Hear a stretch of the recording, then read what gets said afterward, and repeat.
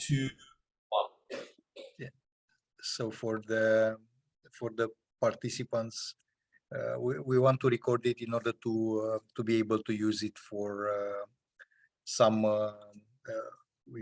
offline hearing and reading, and for some participants that wanted to be a bit on the same line with us and share with us those ideas.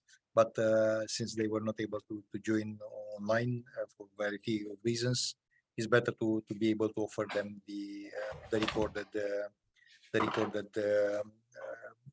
discussion. So maybe to get back to the main topic of this panel, and to invite you to think about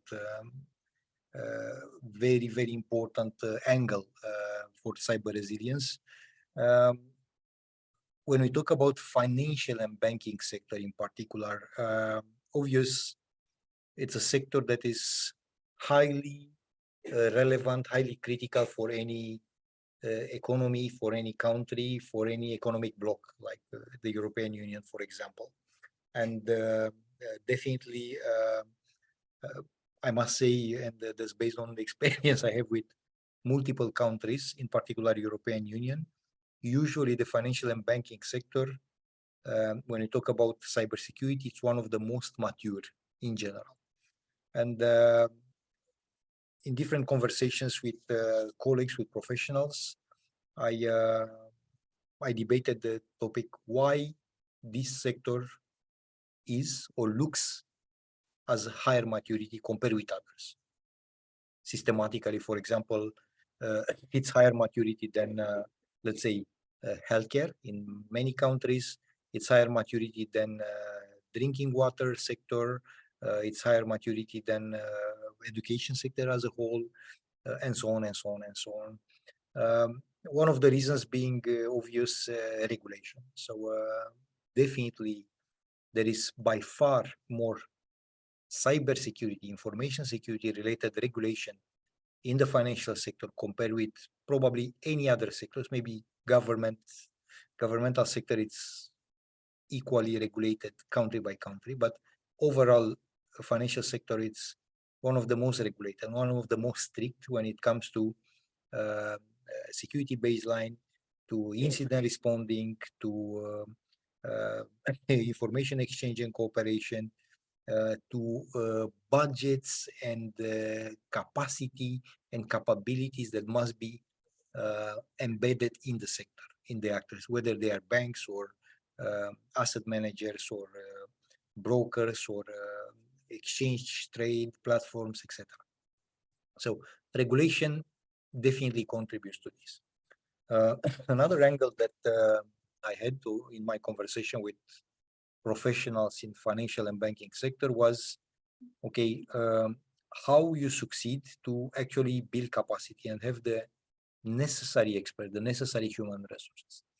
And surprise, surprise, what I find out is that actually the financial and banking sector is one of the most successful in, on one hand, attracting talent for cybersecurity, but also in engaging strong, reliable business partners and contractors. So actually they have quite good practices in selecting and keeping key providers for cybersecurity services in the ecosystem. So it's going quite fast in contracting those organizations. They go, the financial sector goes almost always for the best-in-class professional services for cyber-related topics. So no wonder that they get some of the best solutions, some of the best brains, some of the best teams, basically the best, some of the best service providers being focused on the sector, building, implementing and delivering sector-specific cyber solutions. So this regulation plus this, I would say, success in attracting own talent but also in engaging properly contractors and demanding from those contractors sector-tailored solutions. I think these are two very important ingredients that contribute to the success of the strong cyber resilience of the financial and banking sector.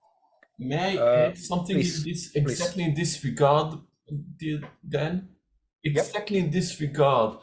You mentioned, and sorry for interrupting you, you mentioned the importance of regulation in the financial and banking sector in order to enhance the cybersecurity. And I worked something like, I don't know, two decades ago, a decade and a half ago, in the banking system in Israel, in ITs, system analyst, and so on and so forth. And I do remember exactly what you said, that they used to say that the main trigger for creating and developing new systems and improving and creating modifications in new banking systems are new regulations, which mean the main trigger to IT changes, as far as it relates to banking, IT banking system, were local and global regulations. So it's exactly what you said, that regulations are the main trigger for security improvements, for and security changes, and updating current systems. That's my 50 cents. Yeah. Thank you so much, Tal, for the observation. I wanted also to share another element that probably we don't think enough about it. Actually, believe it or not, the financial and banking sector at this very moment, considering the accelerated technology transformation, and let's not forget, due to the pandemics, basically what we saw in the last 2-3 years, it's almost 3 years since the craziness of the coronavirus started. So the sector really accelerated the digital transformation. So the number of technologies, of number of digital solutions adopted, deployed immediately by the financial and banking actors are quite impressive. And actually, believe it or not, banks and financial actors at these moments are, from a digital transformation perspective, they are quite innovative. They are some of the most active and innovating companies, organizations. So we see a lot of new digital solutions, digital products, actually offered by banks, by brokers, by insurance companies, actually by everyone, pretty much working in the sector. Not to mention traditional things like that are very obvious and also in our hands, payment services and stuff like this. So really on top of regulation, on top of really focus on security and succeeding to get own teams and the best contractors, they also have a lot of focus on new technologies and on innovation and digital transformation. That brings in turn, of course, a lot of focus on mature cybersecurity solutions that they want and they have to embed in their products and services. I was many times in meetings with bankers, including a couple of weeks ago. I had a number of conversations with bankers, mainly in Western Europe. So the Benelux area, but not only. So there were people working in banking and cybersecurity in banking from multiple countries. And definitely they are worried about security incidents. Definitely they are worried about vulnerabilities in the new technologies they are embedding and adopting. They are worried about attacks. And I wanted to share with you, with this group, one particular type of concern that the bankers, people working in the bank, share with me as well. So At this moment, when we were discussing a bit about variety of types of attacks in this very strange and unusual geopolitical, but also social and economic context that we are all living at this moment. And I was talking to them about what I observed from the perspective of the Romanian Directorate, things like, distributed denial of service that are quite annoying, visible, but not really, let's say, dangerous. I would call it like that for the very business and the very data of the banking organizations. I was talking about, cyber attacks on the supply chain and stuff like this. And one particular, let's say, concern multiple bankers told me about was the following. So apparently they are very, very worried now about insider related incidents, about exfiltration of data, of their own data, but surprise, surprise, not data related to clients or to bank accounts or to account balances or stuff like that, data related to organization-owned internal control systems, organization-owned internal procedures, and so on, because apparently there are quite a number of hackers, of attackers out there that are very, very interested to understand very well what are the control mechanisms in place at each bank, to understand whether these are heavily manual or highly automated, and they want to understand how good are those controls related to, for example, creation of new accounts, creation of,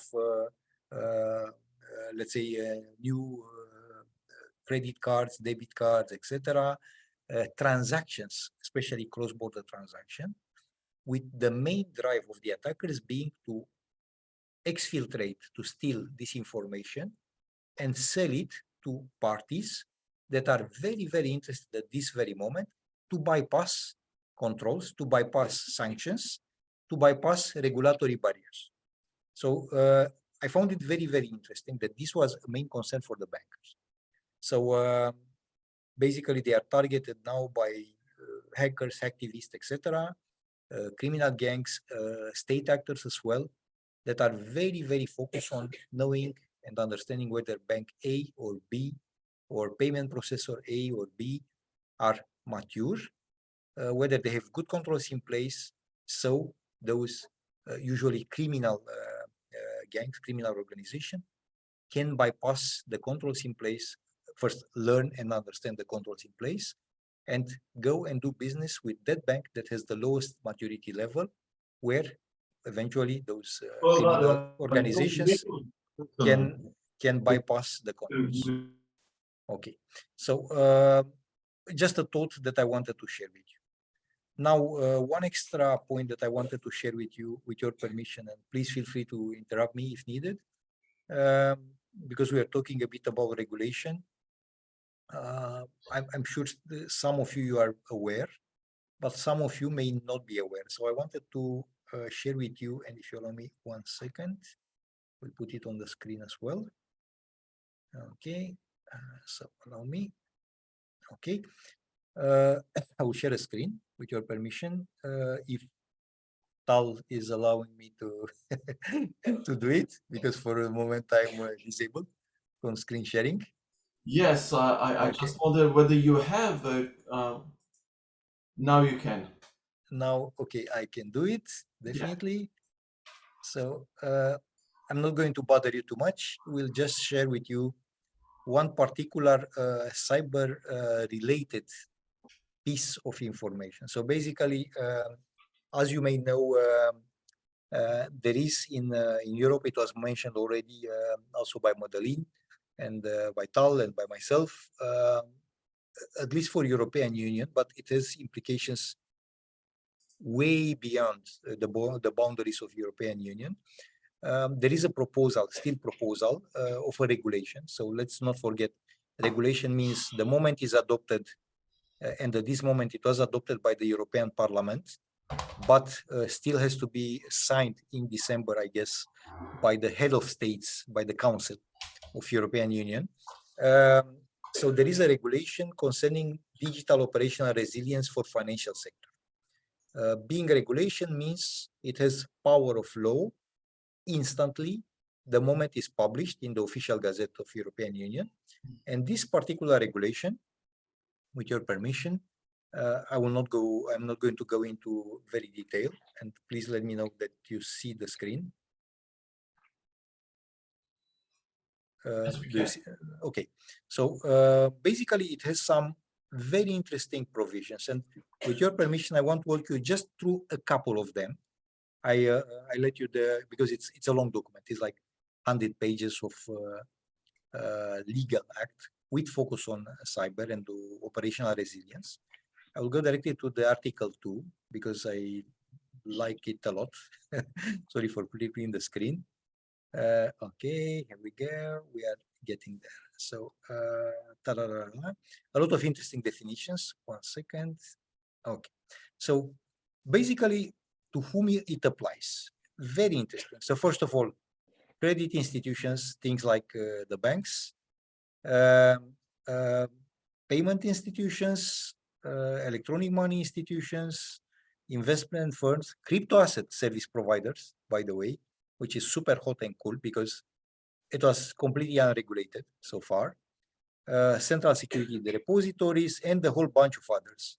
Trading venues, management companies, insurance, reinsurance, credit rating agencies, so Reuters and Standard & Poor's and so on, auditors and audit firms,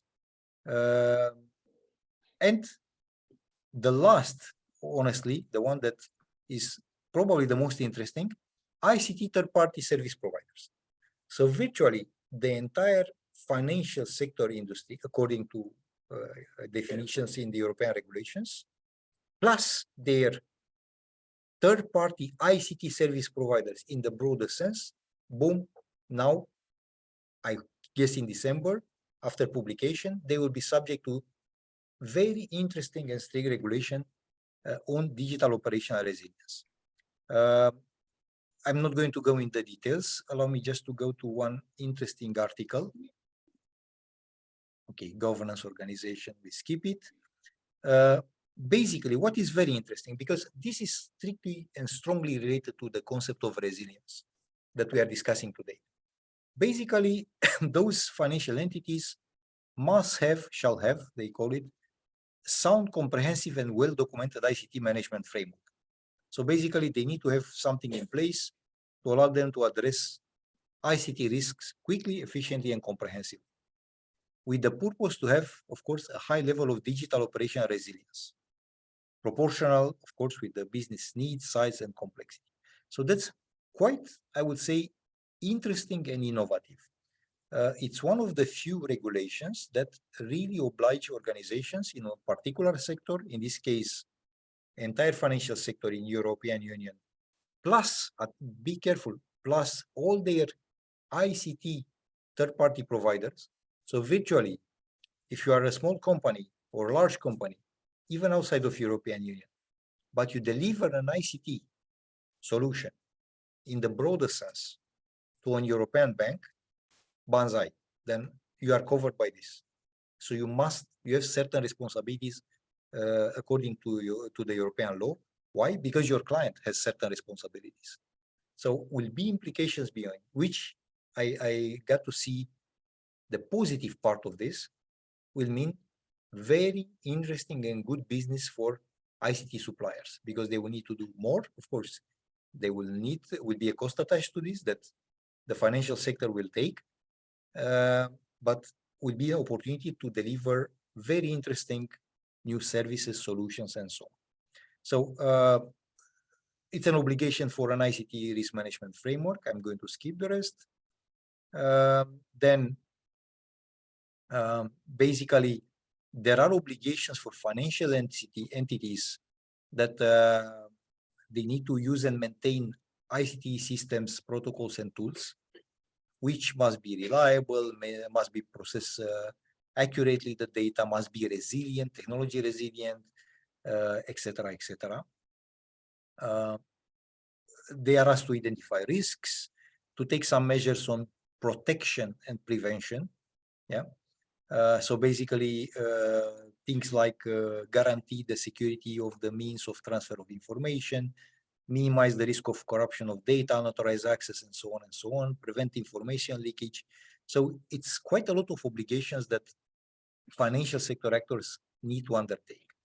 A lot of focus on detection mechanism to detect anomalous activities and to trigger alerts and stuff like this.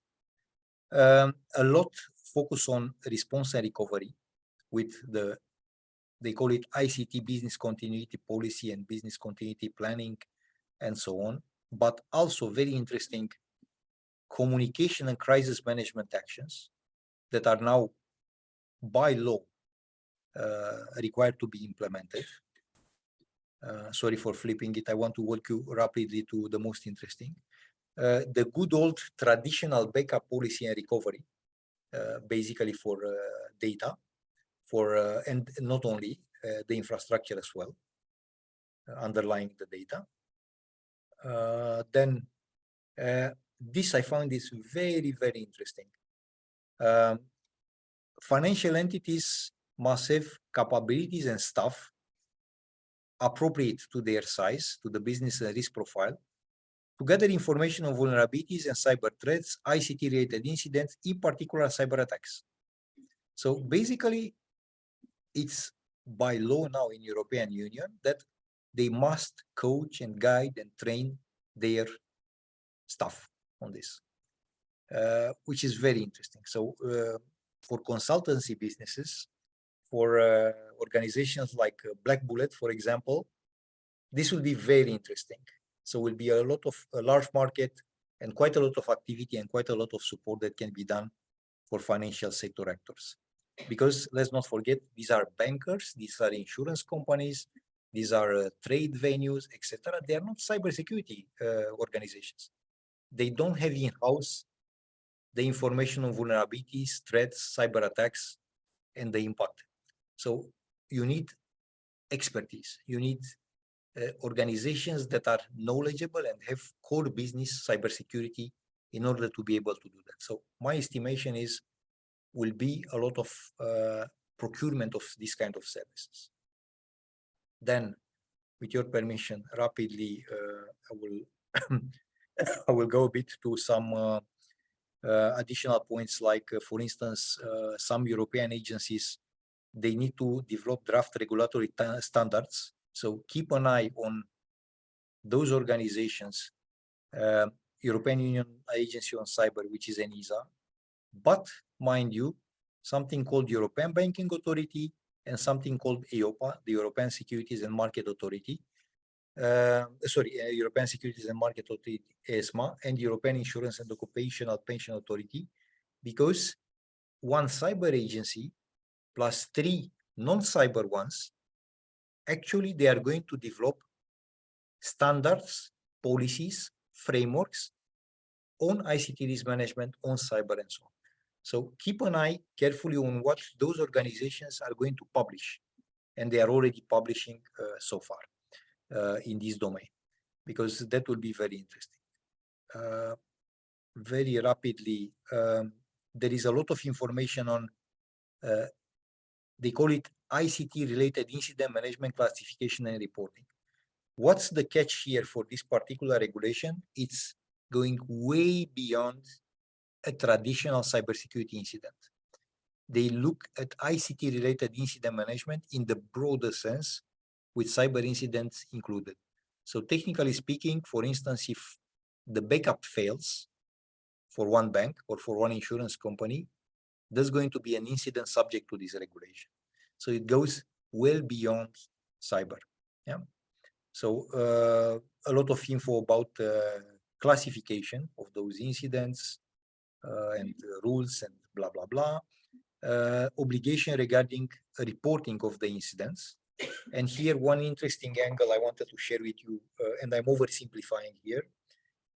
Of course, for the ones that are familiar with the European Network and Information Security Directive, the NIS directive, either the first one or the second one as well, that is also in the same status like this DORA regulation. So it was approved by the parliament and still has to be signed by the head of states in the European Council. Normally under the NIS directive, there is an obligation in Europe for organizations that are classified as operators of essential services or digital service providers to report major cybersecurity incidents. And they report them typically to the national competent cybersecurity authority, usually the national CSERT or Computer Emergency Response Team, depending country by country. Now, there is an extra obligation for reporting, and usually, in most of the cases, they will have to report also to the national banks or to the Financial Supervisory Authority, who in their turn will also have to report immediately to the National Cyber Authority or National CSERT. So it's an extra reporting mechanism that is put in place for organizations working in the financial sector. So it's very interesting. I will skip a bit this. It's a lot of focus on digital operational resilience testing, so an entire chapter for this on how to be organized, testing of ICT tools and systems, etc. So basically,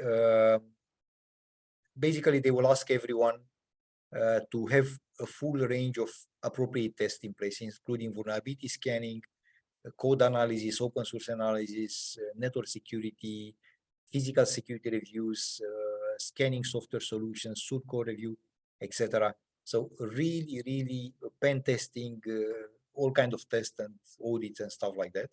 So now they will really have to do them, not only because they were doing it in the past as part of the best practices or because of whatever reason. Now it's becoming regulation. So now it's a legal obligation that you do really vulnerability, for example, vulnerability assessment before any deployment or redeployment of new or existing services, supporting critical functions, application, and infrastructure component. So imagine before any deployment of a new banking product, a new application, they have to do a vulnerability assessment, either with their own people or by buying the service from the market. So that's really tough. Yeah. Pen testing, the same. Now in the law in Europe, it's like we are going to ensure resilience of the financial sector, making sure pen testing is done by independent third parties and so on. Let me skip it. Also requirements for testers. So there are some, and this is very interesting. And if, with your permission, I want to spend just a couple of minutes on this. So they put some rules on who can do pen testing for the purpose of this regulation, by the way.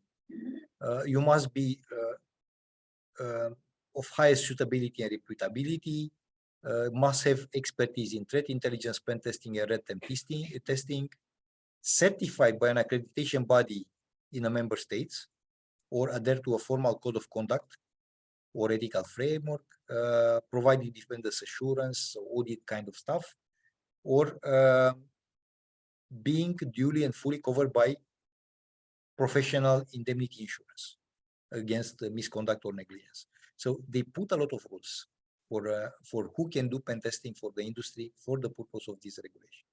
So keep an eye on it. And also, honestly, and we saw this with the SolarWinds event, third-party risk and third-party, let's say, resilience and supply chain risk and supply chain resilience, when we talk about ICT supply chain, is highly important. And this is a fantastic and excellent illustration on how important the risk related to third parties, basically to suppliers, to providers, to business partners, how the risk related to those are relevant now for financial sector. So basically they define who are those third parties. And let me show one of my favorite one of my favorite, let's say, element, which is not a technical one. Basically, before entering into a contractual agreement to use ICT service, a financial entity, whether you are bank or insurance or broker or whatever, you need, for example, to identify and assess all relevant risk related to contractual arrangement, or to do a proper due diligence on that party, third-party service provider, to allow to check that that party is suitable, and also identify and assess conflict of interest. So it's a lot of, let's say, non-technical, non-cyber implication going down to the level of contractual aspects. So very, very important. So lawyers as well will have a piece and a piece of work and a very important role. Let me show you one last aspect. They talk about, and it's a very interesting concept, and I invite you to read this ICT concentration risk, which is a very cool concept. They give illustration on contractual provisions. That's the lawyer stuff. This is more for the regulatory authorities to designate critical ICT third-party service providers, and will be some companies that will be designated as such. This is the governance, blah, blah, blah. Okay, let me go to the last one I wanted to show you. I hope I didn't pass it. Sorry. No. Okay, some information sharing agreements that are put in place. The competent authorities are defined, quite complicated. And I think maybe this is an interesting one, and I will wrap up with this on the DORA, because I don't want to bother you too much. There is an obligation now, and that's very interesting, because even yesterday we saw some and we heard information about exercises, and it was mentioned about cyber ranges and good practices and so on. Actually, will be established mechanism for sharing of best practices, but also crisis management and contingency exercises involving cyber attack scenarios. So that will become the norm, honestly, to really do in this financial sector plenty of exercises, to do plenty of information sharing and so on. And because like any law and regulation, if there are no penalties or let's say financial, let me put it like that, financial elements for non-compliance, in such case, they may not comply or they may not do anything about it. This particular regulation has provisions on administrative penalties. So, of course, some of them are generic for my taste, like shall be effective, proportionate, dissuasive, but nevertheless, basically competent authorities will have the power to apply certain categories of penalties. Anything from orders to cease to conduct or to desist from a repetition to a certain contact, or including penalties, pecuniary and financial penalties, public notices, and so on and so on. So it's very, very interesting, I would say, regulatory development that we observe in particular in Europe, on the strictly focus on cyber resilience, but not only, is resilience in the broader sense. I dare to call it ICT resilience, in particular for the financial and banking sector. So honestly, I find it quite exciting. There is a catch, however, even if this regulation will be adopted, let's say now in December, fully signed by the head of states and published, will be still a period of, I think, if I'm not completely wrong, about 2 years, where during which the actors in the financial sector have still time to fully comply.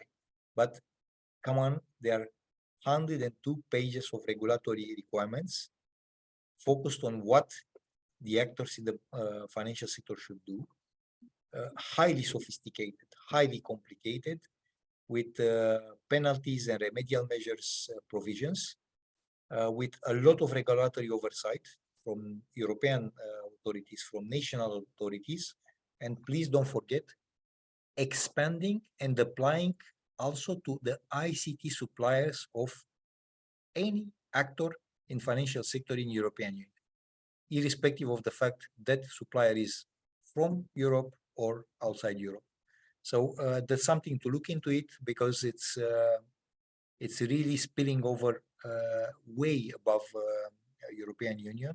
And we know de facto there are multiple successful Israeli companies that deliver amazing services, solutions to actors in the financial sector.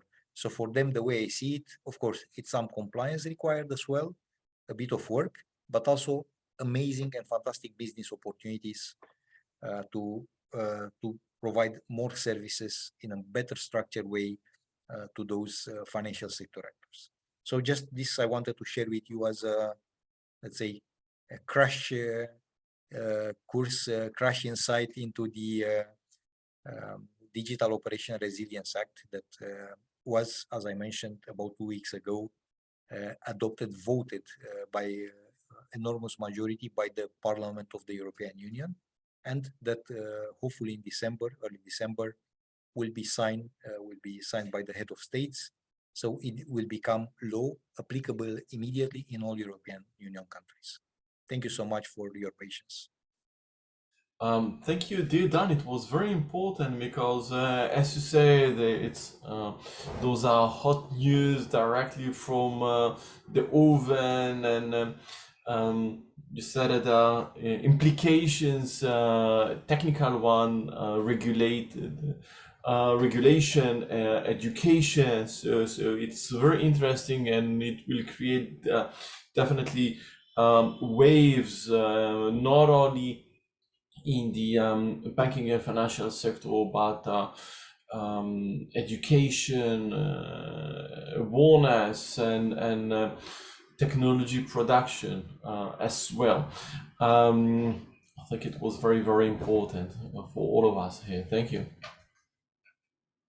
If I may allow to say a few extra words, I know, of course, plenty of organizations, in particular, honestly, consulting firms and legal firms, they look very, very seriously into this regulation, because, of course, they see the business opportunity. What I was a bit surprised, honestly, when I discussed with the financial sector actors, actually the level of awareness with them, it's a little lower. And now I'm choosing very carefully my words. One of the potential reasons will be that, of course, the first people that look into this are compliance and regulatory compliance people from the financial sector organizations. But the deep implications of this regulation, actually, they stay with the IT and with security/cybersecurity. So not all the organizations had, I would say, detailed and proper internal discussion, getting at the same table regulatory and compliance teams, together with IT teams, with cyber responsible or CISOs or wherever the cyber is, and also with procurement. So normally you need to have all those teams discussing on how to tackle effectively the need to comply with the regulation. And also, honestly, it shall be really an agenda point for the top management in all the cases, and for the boards of those organizations. And what I noted so far, not in all cases, it's on the top of the agenda of the top management and the board, and not in all cases, organization in the financial sector, they had this internal, at least, conversation between the key internal teams, again, regulatory compliance, procurement, legal maybe, but also ICT and security/cybersecurity, in order to get a clear view and a concrete, tangible plan on how to approach and how to address the need for compliance, because it's highly complicated, and honestly, they don't need a project or an action. They need a real program in order to make sure that by the end of the 2 years, they'll be fully in compliance with this regulation. It's really a lot to be done, a lot of fine tuning and re-engineering and new reporting mechanism, new infrastructures, let's say new controls to be put in place. Why not the new systems and stuff like that? If you really want, as a financial sector organization, to be compliant with this highly sophisticated, very complex regulation. So yeah, I wanted to share this with you as well.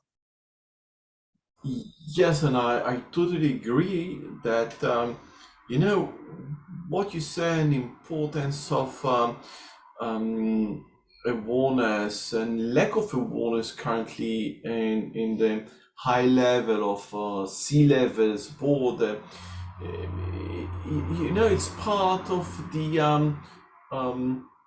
organizational culture when it comes to cybersecurity. And I think that the culture is the most important thing. And there is the famous quote of Peter Drucker that said, "Culture is strategy for breakfast." So we can have, once again, as Madeline and I spoke previously, we can have the best technology, the best regulations and practices and procedures. But if we will have lack and inefficient awareness, and it not only may start, it should start from the top of the tree. We will have fundamental issues in cybersecurity culture in every organization, and it sounds that this is the situation. And if the problem is up there in the top of the tree, well, in the lower levels, no doubt that they will be cybersecurity vulnerabilities when it's come to implementing the procedures and the regulations and using the latest technology as needed. Once again, the importance of the organizational culture when it comes to cybersecurity. Yeah, I totally agree with you. Okay. I don't know, questions so far. Maybe someone has a question. I would be surprised that I was that clear and explicit in my Well, I agree with you. It's totally, and it's look like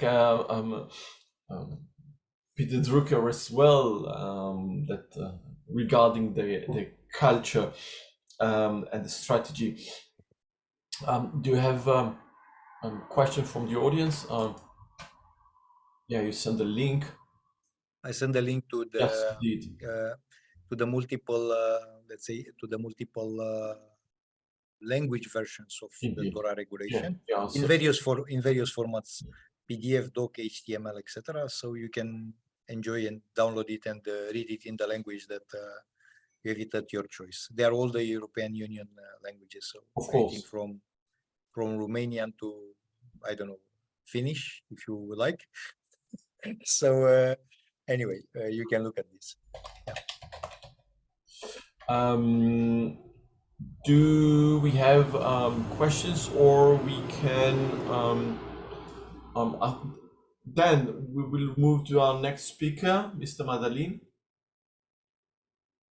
We can, yes, why not? Oh, no, you are the Sorry. master of the ceremony.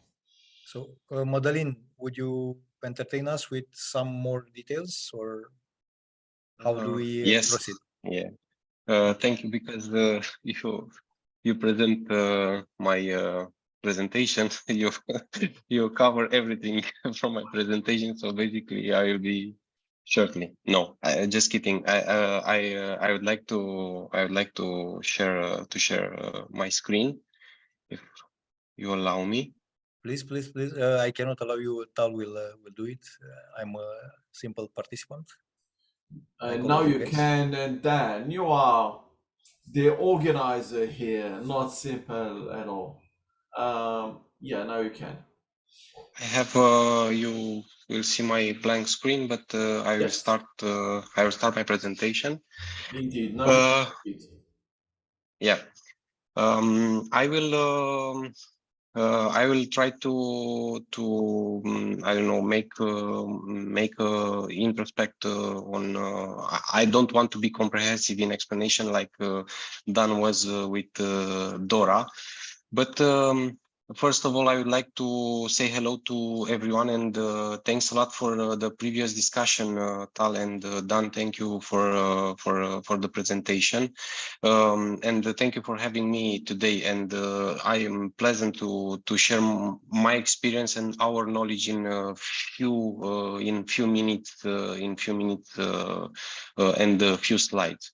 So I will try to to give you the agenda for my presentation. I'd like to have again a few words about us. We are on Black Bullet. Why do we consider cyber resilience so important in 2022? I will take a look a few cyber facts that having this year and continue with pillars and toolkit in a bird's eye view for building cyber resilience in banking and financial industry, but also in compliant in all other industry. And continuing with underlying the main threats in financial and banking industry, next being consideration and conclusion from this presentation. So if you agree, I can start with a few words about us, and I would like to try to simplify the landscape of cybersecurity that we have at Black Bullet at this moment. So, our primary focus is on strategic and technical security cyber services. In the strategic security services area, we perform vulnerability assessment and penetration testing, following the latest methodology, that known methodology, and also we are working on a proprietary methodology that help us to have more accurate and precise results on our VAPT process. In this area, we offer cybersecurity training and awareness program for all of our clients because we understand their business requests and business objectives. Last but not least, we are help our clients to define and document internal security framework and governance as a part of a tailor-made information risk management program. This is very important because it's part of the governance, and the governance is one of the most important pillar I will present later on. On technical cybersecurity services, we actively provide the public infrastructure with consultancy, design, and implementation from the scratch, with using the technology from Thales, Microsoft, and all the big names that we have on the market. On the other hand, we provide cybersecurity solution and cybersecurity managed services through a partnership program that we'd like to cover each point, almost all the points by 2024. So basically, this is Black Bullet on cybersecurity landscape, and from starting with the next point, I will try to show you why, from our point of view, cyber resilience is critical in the financial and banking industry. In today's volatile digital environment or cyberspace, cyber resilience defines as an organization ability to detect, respond to, recover, and protect from cyber attacks. Going in on a deeper level, developing cyber resilience means that an organization remains operational and functional even during the event of an active attack. That's why cyber resilience is critical in the financial service and the banking industry, because financial service rank as a critical national infrastructure. Not only we increasingly rely on digital and cashless transaction, but this sector is the backbone for our economy and our society. And the financial institution collect enormous data from personal information to credit cards, investment portfolio details, loan information, and even medical data for insurance policy. That's why enhancing cybersecurity it's critical to promote financial stability. And cyber attacks can threaten financial stability by disrupting interconnected system, and attack can result in loss of data as well by collapsing the entire system along with their critical infrastructure. In 2021 was a moment when a ransom attack was much visible in supply chain. So cyber resilience is not more an isolated issue. It's a societal issue because it depends more and more by people behavior due to the technology that is ingrained in our daily activities. So this is our consideration. This we think that cyber resilience is critical in financial and banking industry, being the one of the critical national infrastructure for any country in the world. I would like to present you in a bird's eye view the surface of attack in not only in financial and banking industry, but also in other industry. I see the surface of attack like a lake, because you have a line. The top of the lake, you have the surface of attack. Below, under the water, to explain, or below the line, we have critical system that with hardware secure modules, bare metal server, cloud infrastructure, or core vital software solution like artificial intelligence solution, email server, fintech solution, payment gateway, firewall, EDR, XDR, or other solution, even database server that contain customer data. Also, above the line, we have customers, employees, and one of them are disgruntled employees, departments like HR, customer support, IT support for application management, and also customer from commercial and retail. All of them are using, most of them are using third party solution developed by vendors, part as a supply chain for the most software and hardware products in the attack surface. So having the landscape of attack surface, I will move on to CyberFacts in 2022, and somehow there are motivational figures this year, because combining the human element with financial motivation and how the attack starts most often, I believe we are facing some challenges from technical and business point of view, because 40% of the breach are indirect attack of vendor supply chain. 96% of cross-company can remediate a breach within 15 days, compared with 44% for banks. And speaking about money, $1.6 million is an average of pay ransom on banking, compared with 1.5 with global average. But staying ahead of attackers, it's a constant battle, and cost is unsustainable for 65% of banks and capital market firms, because in the supply chain, 207 days. It's an average duration of data breach to be discovered by the small medium enterprise being part of supply chain. But this indicator is an improvement for last year, because last year this indicator was 277 days. And I think this improvement is visible from year to year. So in this context, the banking industry, especially big players, World Bank, European Bank,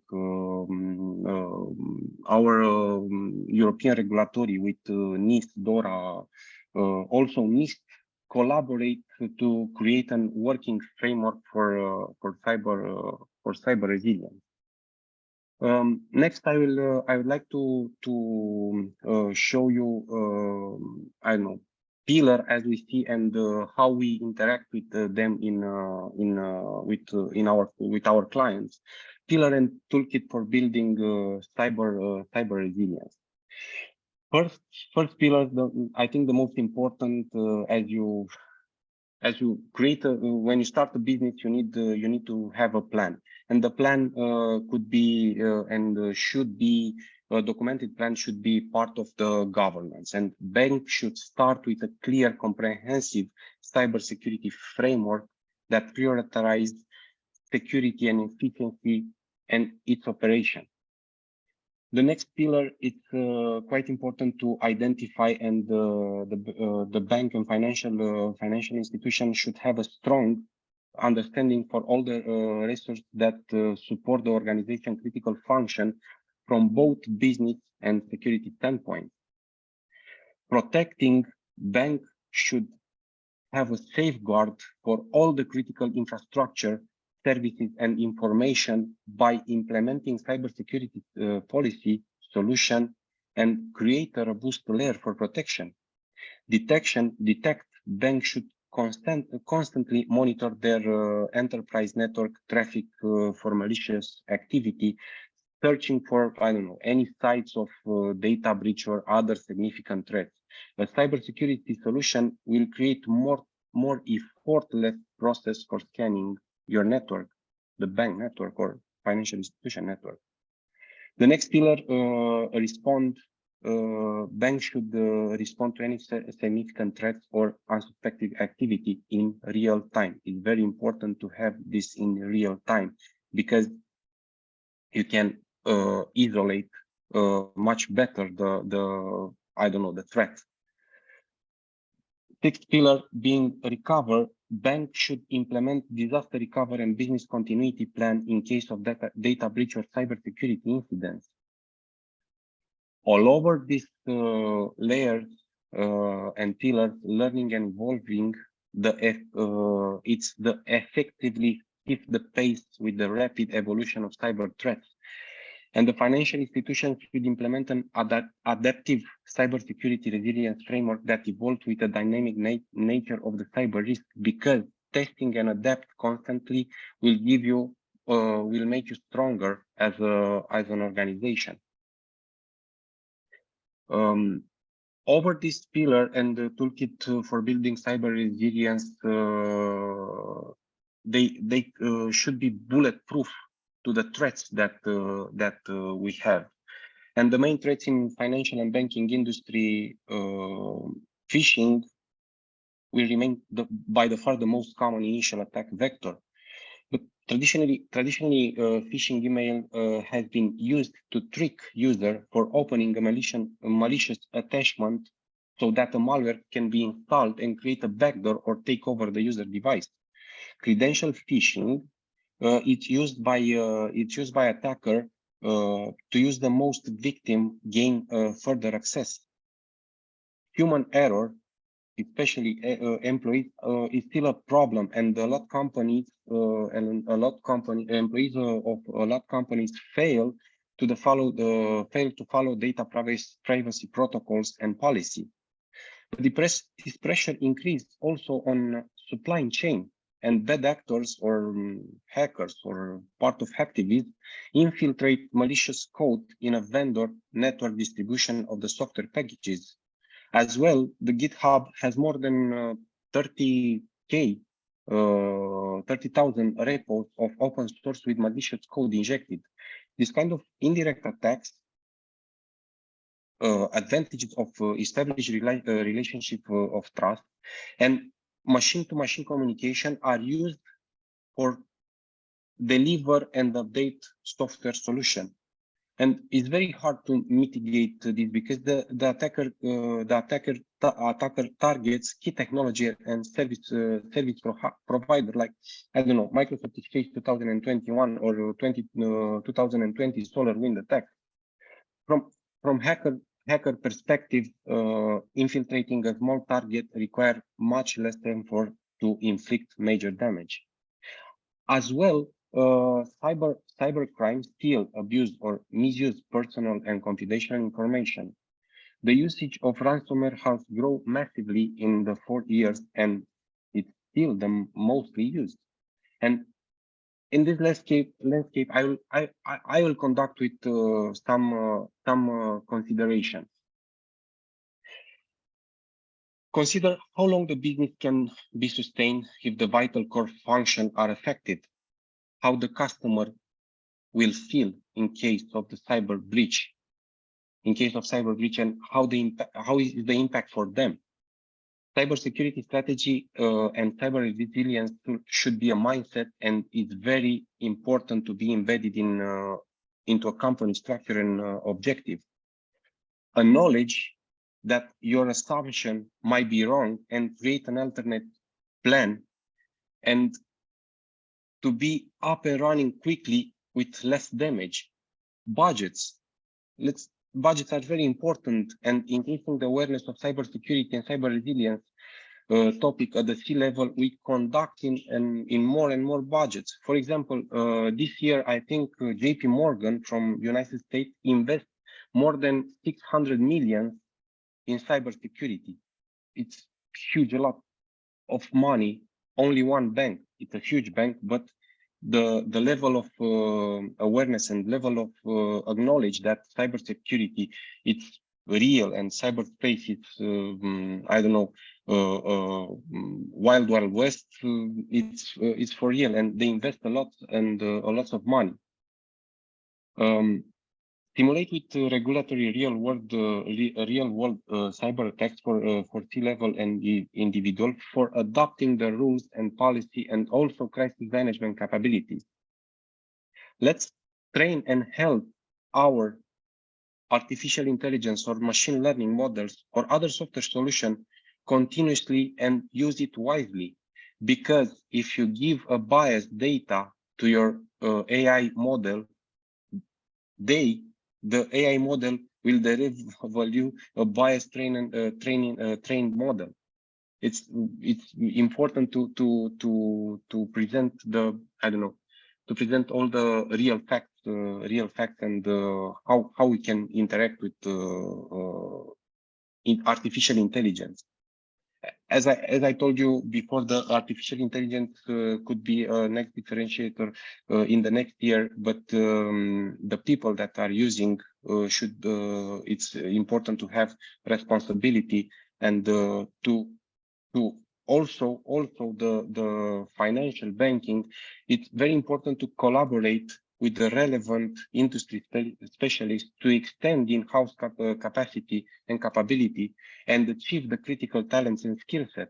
Inside the organization, you can transform your cybersecurity team from the enforcer to influencer, because it's very important to cybersecurity to be again and the mindset. So this brings me to my end of my presentation, and being said, I think we have too many solutions for not enough problem at this moment. Thank you.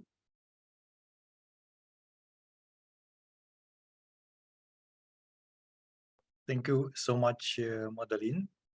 Very, very insightful and very, I would say, to the point intervention. So I really like it a lot, and honestly, I learned a lot from your presentation. So now we have two options. One that I favor, maybe we can translate to the next panel. If I'm not totally wrong, I think we are just in time. And if you have a presentation, I will send. If you have a question, I will. I don't know. Maybe we can chat after that, or of course, maybe it's good. Maybe it's good that, of course, if the participants have a question, feel free to activate your microphone and ask it to Madalin. And then, because I see Mr. Shuki Peleg is with us, we can shift to his presentation as well. Yes. Should we move to our next speaker? I would suggest so. Yes. Okay. thank you. So, thank you, Mr. Madalin Staniu, managing partner at Black Bullet Romania, and now we'll move to our next speaker, Mr. Shuki Peleg, head of cyber defense at First International Bank of Israel, from Israel. Mr. Peleg, of course, will introduce us several aspects that relate to cybersecurity, cyber resilience in banking and financial sector. Good morning, Mr. Peleg. Thank you for joining us. Good morning. Thank you for inviting me. I'll give you the co-host privilege. Now you are co-host and you can share your screen. Okay, thank you, Tal. Just if the sound is not good, just let me know and try to move some Loud things and here. clear. Loud and clear. Thank you clear. very much. So, well, Tal introduced me as the head of cyber defense. He was partially right. I was the CISO of one of the banks until 6 months ago for almost 10 years. Now I'm the CTO for cyber defense for the same bank and the CISO for another financial organization. So I've tried to combine the knowledge and the necessary skill for both technological and operational subjects and positions. And what I want to bring today, or try to address today, is the issue of how we deal with the necessary cyber resilience from the operational perspective, from the technological perspective, and mainly for financial institutions, banks, and other financial institutions. Give me a second and I try to share the presentation, if I can find it. And I think I share the entire desktop, and that will let me do whatever I want.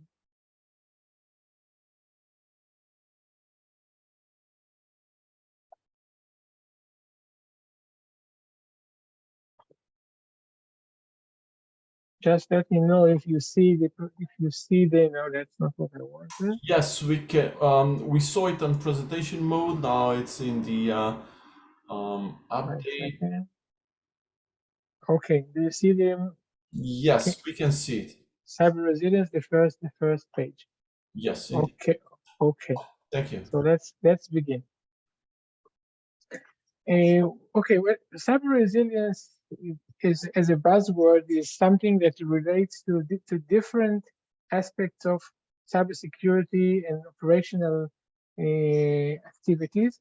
We can see that this is for many of the regulations and aspect that needs to be taken when we want to make sure that our organization is resilient.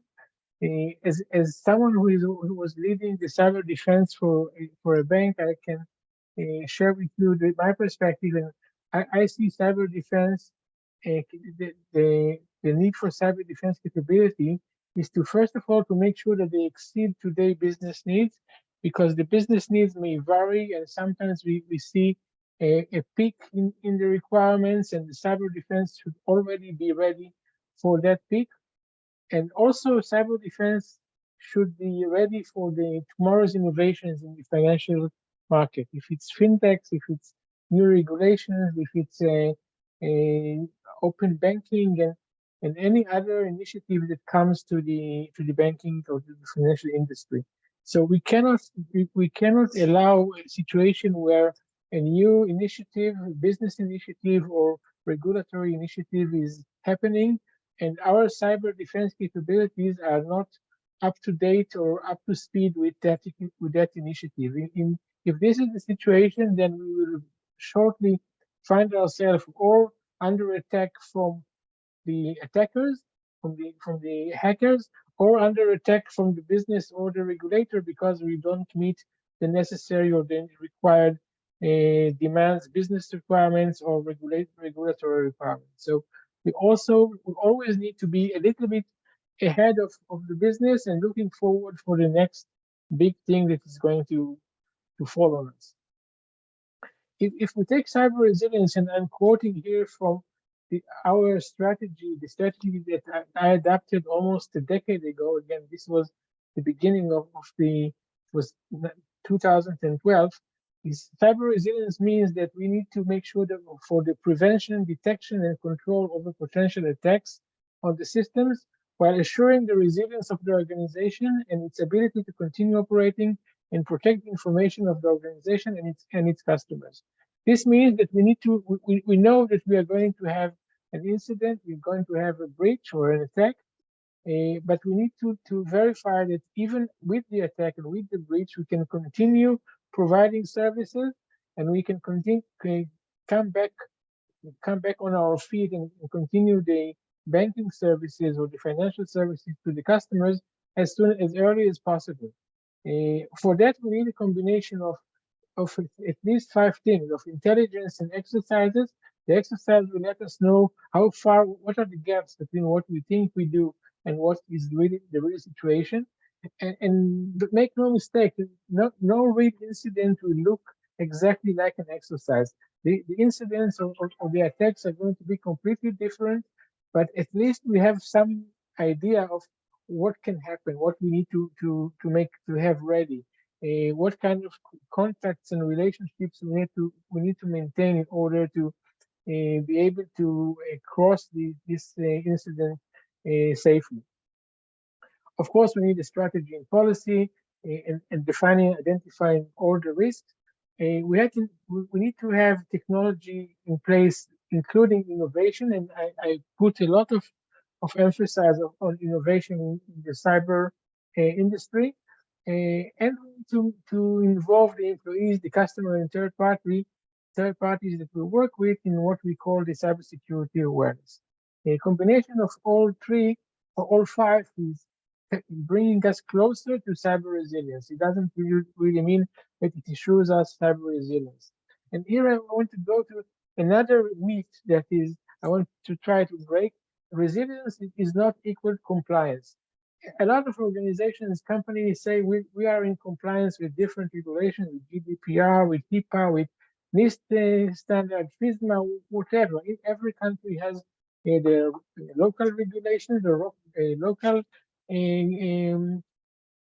regulators, but the fact that we are in compliance with the standard or with regulation does not translate immediately into compliance or into resilience, because the attackers or the adversary needs to find only one place that we forgot or we didn't have time to do or we kind of ignored, and the incident happens. So putting on the wall the certificate for compliance does not impress any attacker that managed to go and get into the system and find their way in our organization.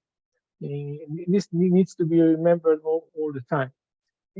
Having said that, still we need to use some kind of guidelines and some kind of regulations, and the NIST framework of the identify, protect, detect, respond, and recover is fairly good for most of the activities that we need to do, as long as we fill it with substantial and real life information and real life activities. So we need to develop the organizational understanding and manage cybersecurity, to implement protections and the technological capabilities around cybersecurity, make sure that we have good enough tools to detect all malicious or abnormal activities in the organization. And the very important piece is the response piece, to see that we act in the right way, in a proper way, and we don't expose more information than is necessary to the public. We cooperate with law enforcement, with different regulators, because they can, in time of an incident, regulators can be a lot of headache to the organization, not as much as the attackers, but they take the second place definitely, because you are trying to cope with an incident, with an attack, and the regulator is behind your shoulders, wants to know all the time what is going on, what have you done so far, and you need to satisfy the regulator, because at the end of the day, when the incident is going to be over, you need to report to the public and to report to the regulator about what you've done.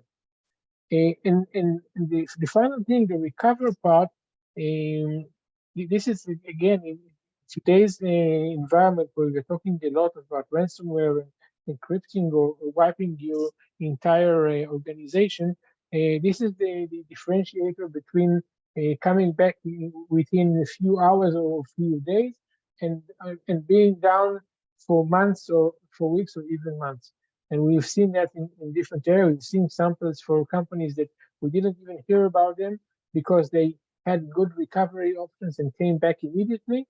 And companies that were in the news for a long time because they couldn't get their business up and running in a reasonable time. Another thing that's another perspective of looking into a cyber resilience organization, we can see from the legal aspect, and this is the chart that was taken from Harvard Law faculty about different issues that we needs to be considered. First of all, I think we're already in the phase where we know that cybersecurity is a strategic business enabler and a strategic issue, and even if it does not contribute to the organization strategy, it can disrupt the organization strategy. So it needs to be concerned and considered in the very high levels of the organization, in the board of directors, and in the senior management. We need to understand the drives and the impact of cyber risk. And cyber incident can be very costly. It costs a lot for the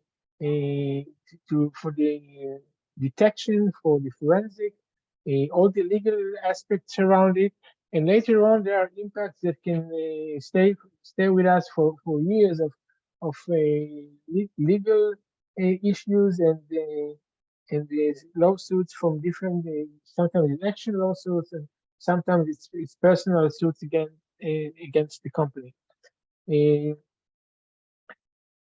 To get the buy-in from management, we need to make sure that our cyber risk management is aligned with the business needs. We don't need to protect things that are not important for the company's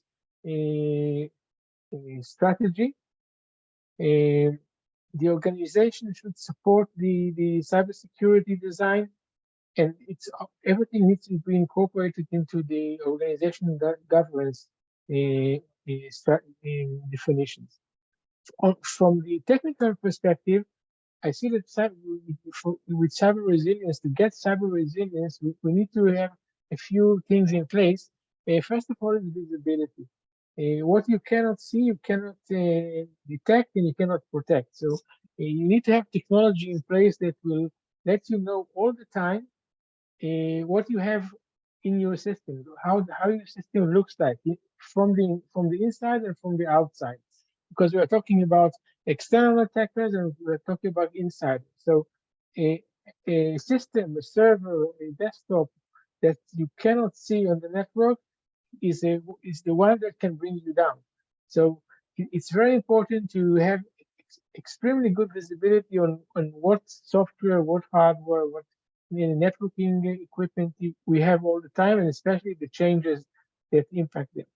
The other basic thing is the cyber hygiene. It's patching the system, it's hardening the systems, it's making sure that authentication is strong enough. It's all the things that were also valid 10 years ago and 20 years ago, but they are more important today because things are much more rapid today. Things that took years or weeks and months in the past can take days or hours today, and everything needs to be up to date.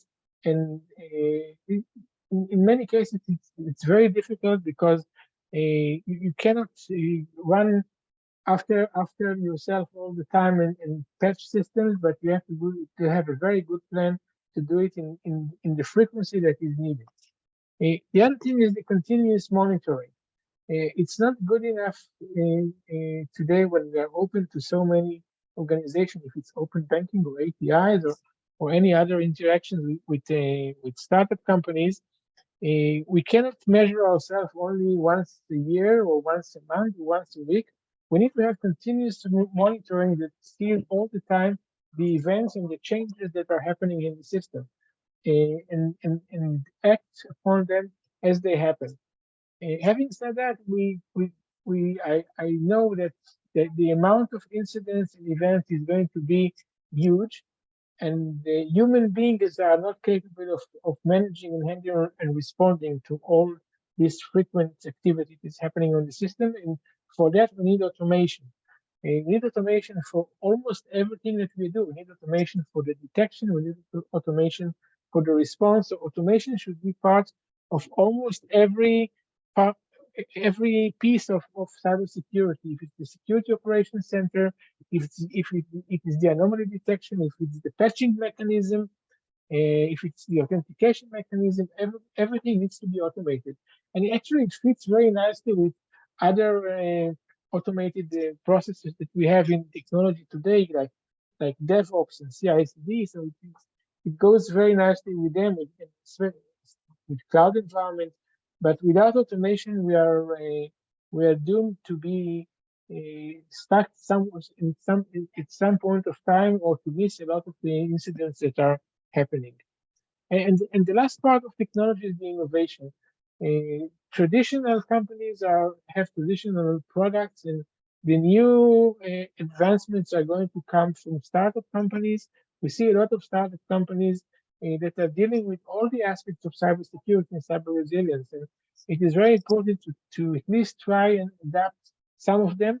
We don't have to put them immediately in our core systems. We can put them in the perimeter. We can put them in places where they give, let's say, only visibility, and only after the visibility is excellent, we can give them operational responsibility. But innovation is extremely important to bring into the cybersecurity and cyber resilience roadmap. What I wanted to emphasize is that we must give the necessary to be able to say that we are a cyber resilient organization. We need to give the necessary attention to the detection, prevention, and the recovery from the cyber incidents.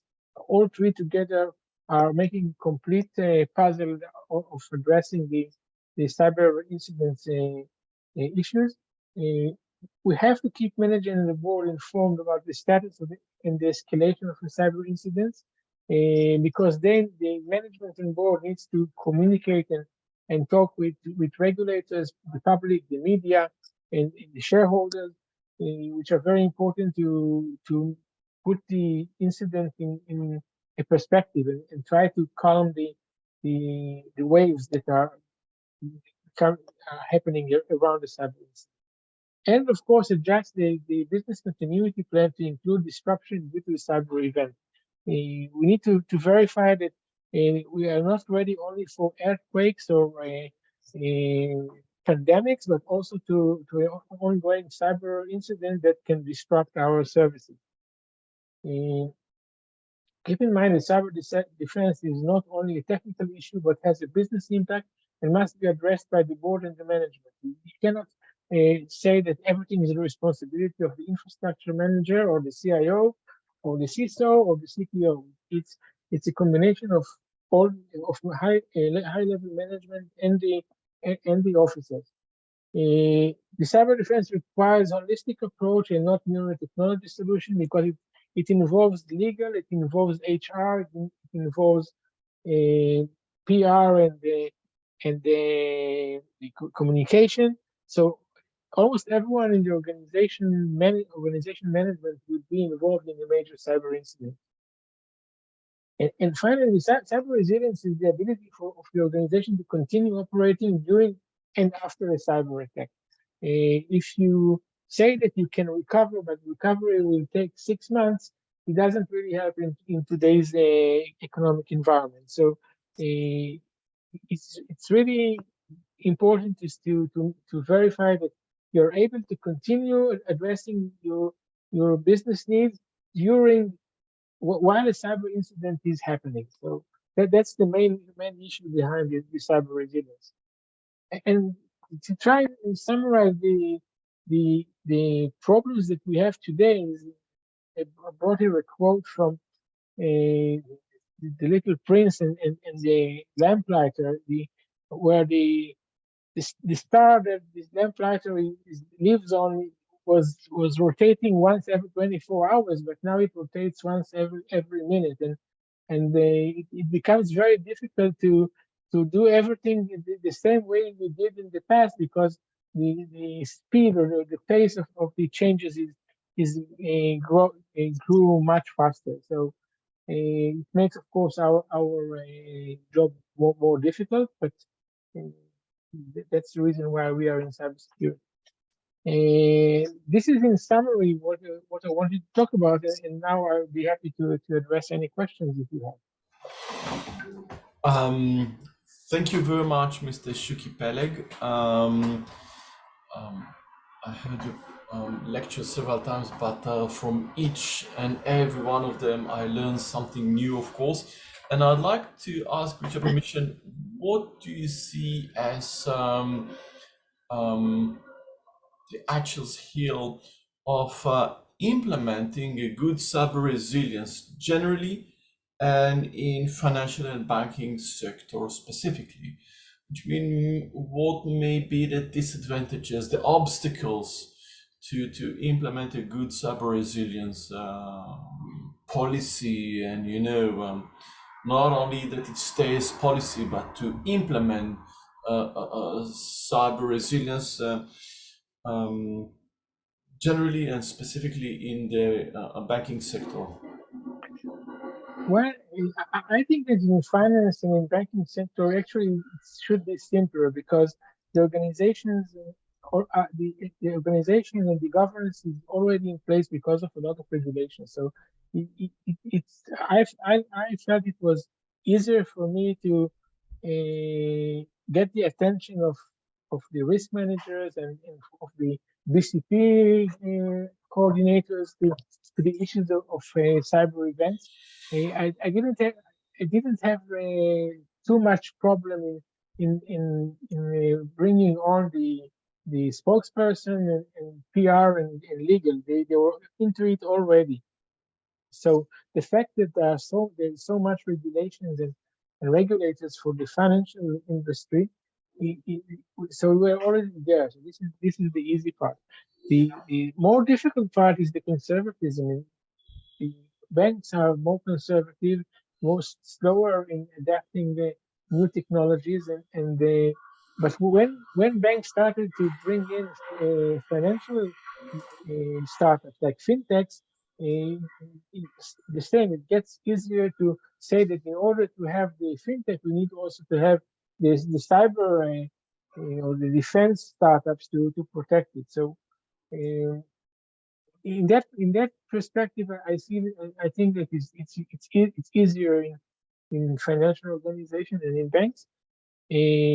What is still the problem is that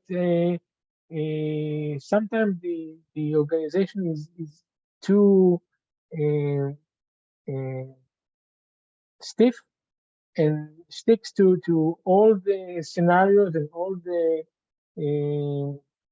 models of operation, and it's difficult to move some of the technology people and move them from.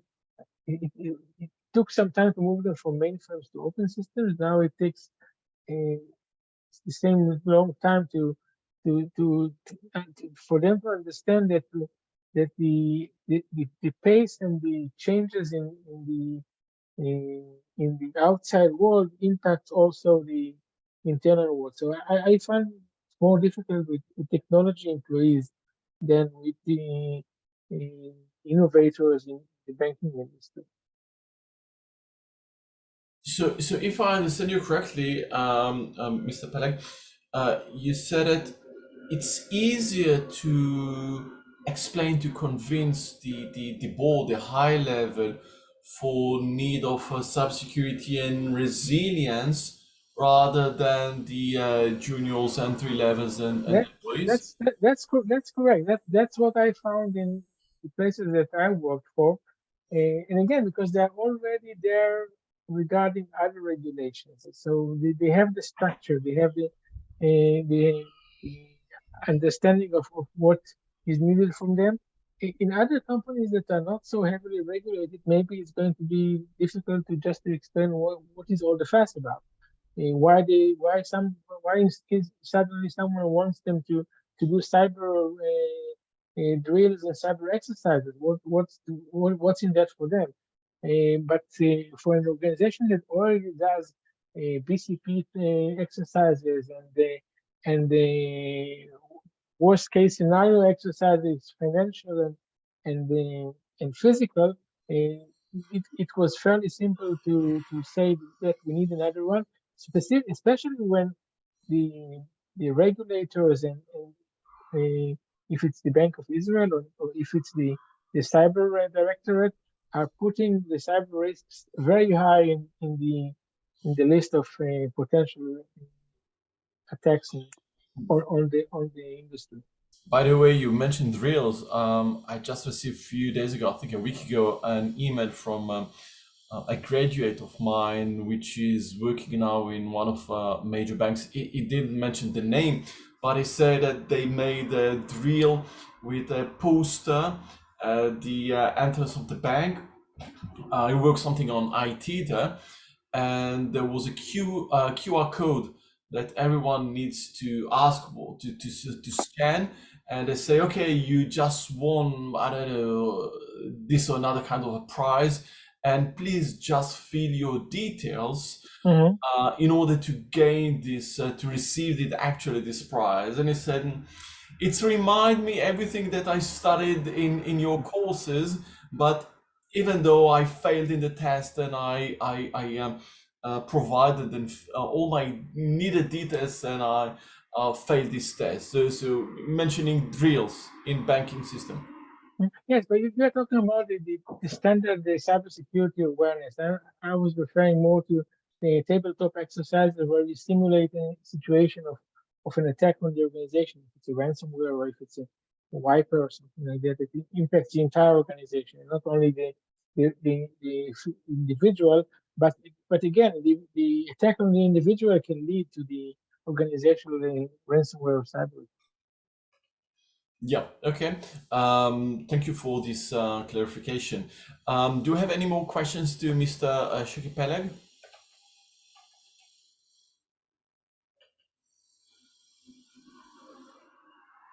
Okay, Dan, would you like to take the lead?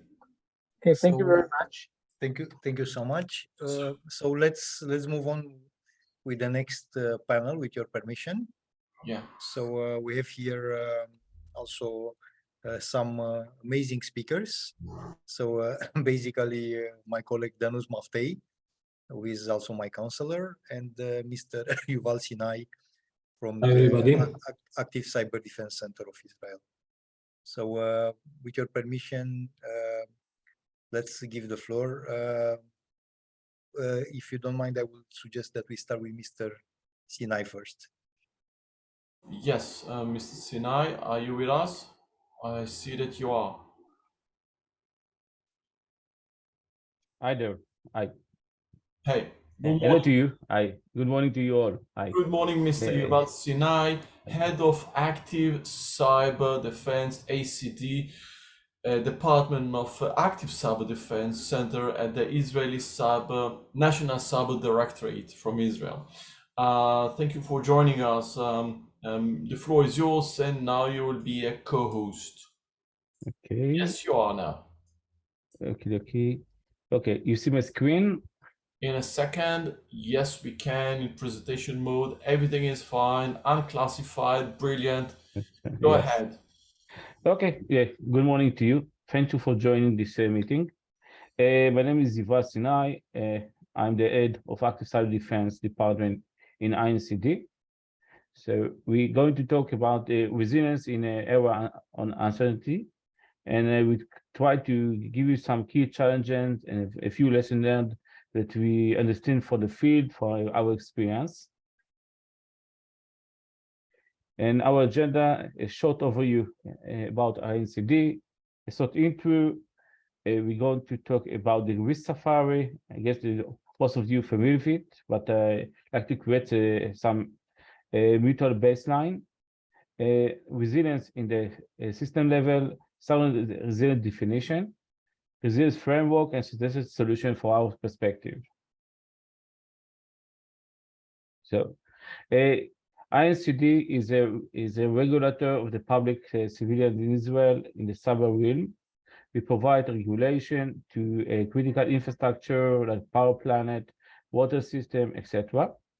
And we also work with a regulator in the finance domain and insurance and other fields that we need to cover from our perspective.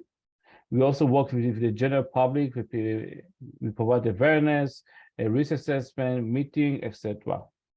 And our goal is to minimize the effect of some incidents on the public and the organization level, and also the personal level itself.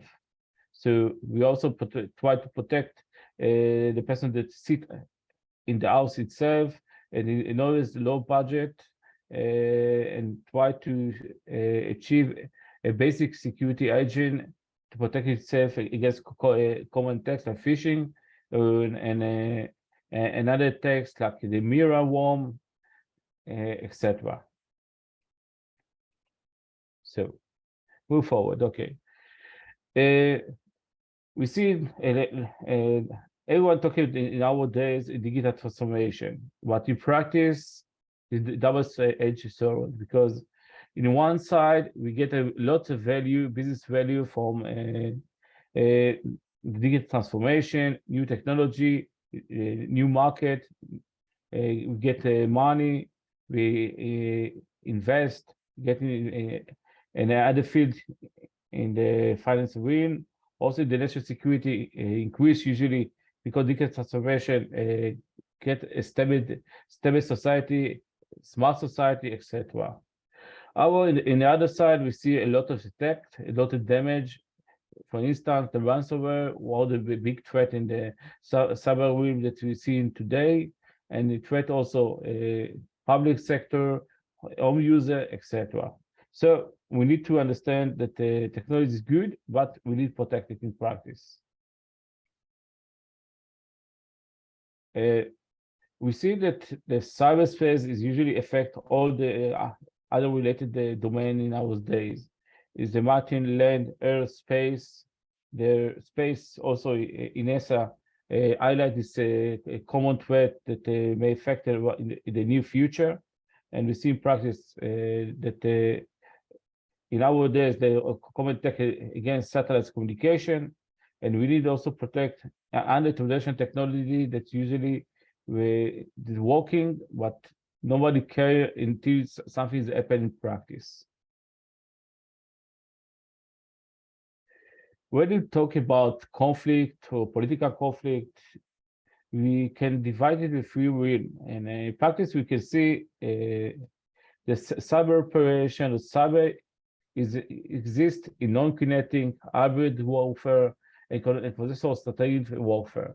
So we need to understand when we create resilience or understand resilience, it's not something that we can take a part of regular operation, or also we take it as a leadership that we need to initiate it during the warfare and the kinetic warfare, and we need to protect ourselves even in a critical time that we need to protect ourselves against kinetic operation like missile, etc. And this is create a big challenge because we need to provide security solution every day, every time, every place, and protect our critical system against common threat. And as you said before, the digital transformation creates something that everything is connected, everything is working, and everything is exposed to cyber threat in practice. Even power plant that was analog in the past, moving heavily on the digital communication, digital technology, and exposed for common security risk. So we need to understand, first of all, the risk wall, because cybersecurity is not different for other security issues that we have, safety, etc. And also, cybersecurity can affect the safety itself of the system and the public sector itself. So we have a threat that we know This is the simple one, but we have something that we don't know.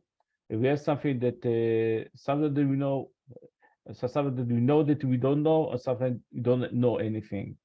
And we need to understand this the problem, because it creates some complexity problem, and we need to evaluate what is the security posture and what can affect that, and what is the black hole that we need to protect against it. So if we move forward, the risk Safari said before. Okay, this is the most common one, the known. Usually, we know that we need to create patches or install patches. We have a IOC indicator of compromise that we need to deploy in our security solution. Another thing. Okay, this is very nice, very easily. We have something very interesting that called black jellyfish. And we see something like this. We know, for example, ransomware, we know usually how it works, but if we affect multiple actors or company organization in our country, it can create a huge risk, more than average that we say, okay, we have one single organization that may affect, but in a black jellyfish, multiple organizations may affect for the same threat, and we need to resolve it. So this is create a major risk, but rely on common threat. Usually we know it about it. The gray rhino is also something that usually people sometimes know, but usually don't like to talk about it. And the black swarm, okay, this is a usually extreme one. We may see it like a EMP or electromagnetic pulse attacks. This is most, I think, highlight or most critical cyber attack that we can see in practice. And usually organizations don't know how to prepare, usually don't understand what is the threat landscape, what is the potential impact, and how protected themselves against this attack. So if you go to resilience in practice, usually the life cycle is very simple. You have the regular workday, we have some event that our performance or a benchmark of the business may affect. And then we try to create a restoration stage, and then obtain lesson or some advanced recovery, and then go into the normal of operation. Okay, this is usually when we talk about resilience, this is one of the common understanding of the card or most of the people. But in practice, when you go to regulation standard, we see something very different. For example, IBM say to us to cyber resilience is organizational ability to prevent, withstand, and recover from cybersecurity incident. Okay, and then if we go for NIST, he also add a new things: anticipate, adapt, stress, attack. So the meaningful of the resilience term, its practice, is depend on the regulation we talking about it. Also, we see in Australia another thing. And if we move for the DNSC, if you don't mistake it, from Romania, we talk about cyber infrastructure resilience in the infrastructure level, not the global, not the business process, but the infrastructure itself. And when we use moving to the European Cyber Resilience Act, we go to talk about the product itself. So we need to understand things first, that resilience is open definition that each culture or each organization or each person can understand other things or something that he understands from his perspective, and not his common word that you can say, okay, when you talk about resilience, I understand what you understand, and you understand what I understand in practice. So for our analysis, first of all, there are no agreed definition for the concept of cyber resilience. Second, the change between definition may reflect in the goal, scope, actor responsibility, or other level involved, or other attributes. Without using an agreed definition, particular positive relationship between parties, for organization, nation, organization, cannot be achieved. Okay, the next one is, most of the definition come from the concept of organization risk management or technical word, and not from national security point of view. This is something very interesting, because when you go to the police, the high management or the government, and you try to introduce the cyber security or cyber resilience, if you don't talk with the national security point of view, very hard to convince them that is important practice.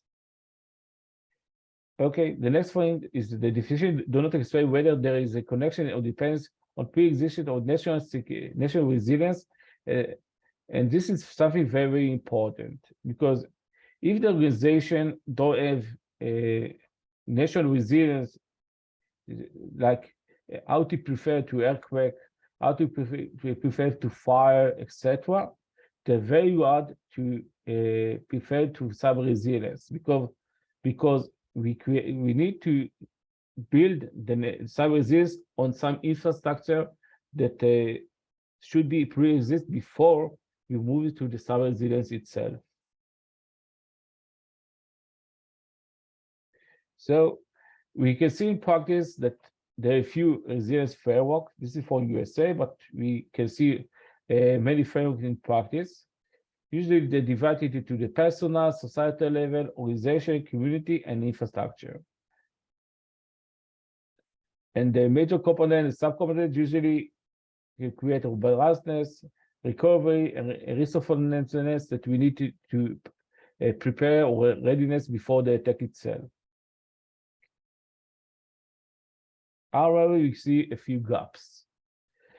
First of all, in the international resilience, we understand that we using the same medium all over the world. Cyber domain is not something that we also exist all in Israel. We connect to the internet. You are connected. Your organization in country is connected to the internet. So we share the same medium. So if we have some attack in our local country, we may see it in other country, and we need to understand that usually, if you don't use a joint solution, it's very hard to obtain a good security agent in high level. So the next is something we need to understand that the cost problem, the cost challenge, and the cost solution we may need to develop. For example, supply chain standard and the reason required, because if you have problem, you have problem, you may have solution that we can use it and opposite in practice. The other thing, okay, moving is promote a secure and reliable international cyberspace in support national interest. We need to understand that both parties or most of the organization in the country like to work in the cyberspace and obtain a good security solution and a good stable society. And we can promote a security environment practice if we join a solution and join forces.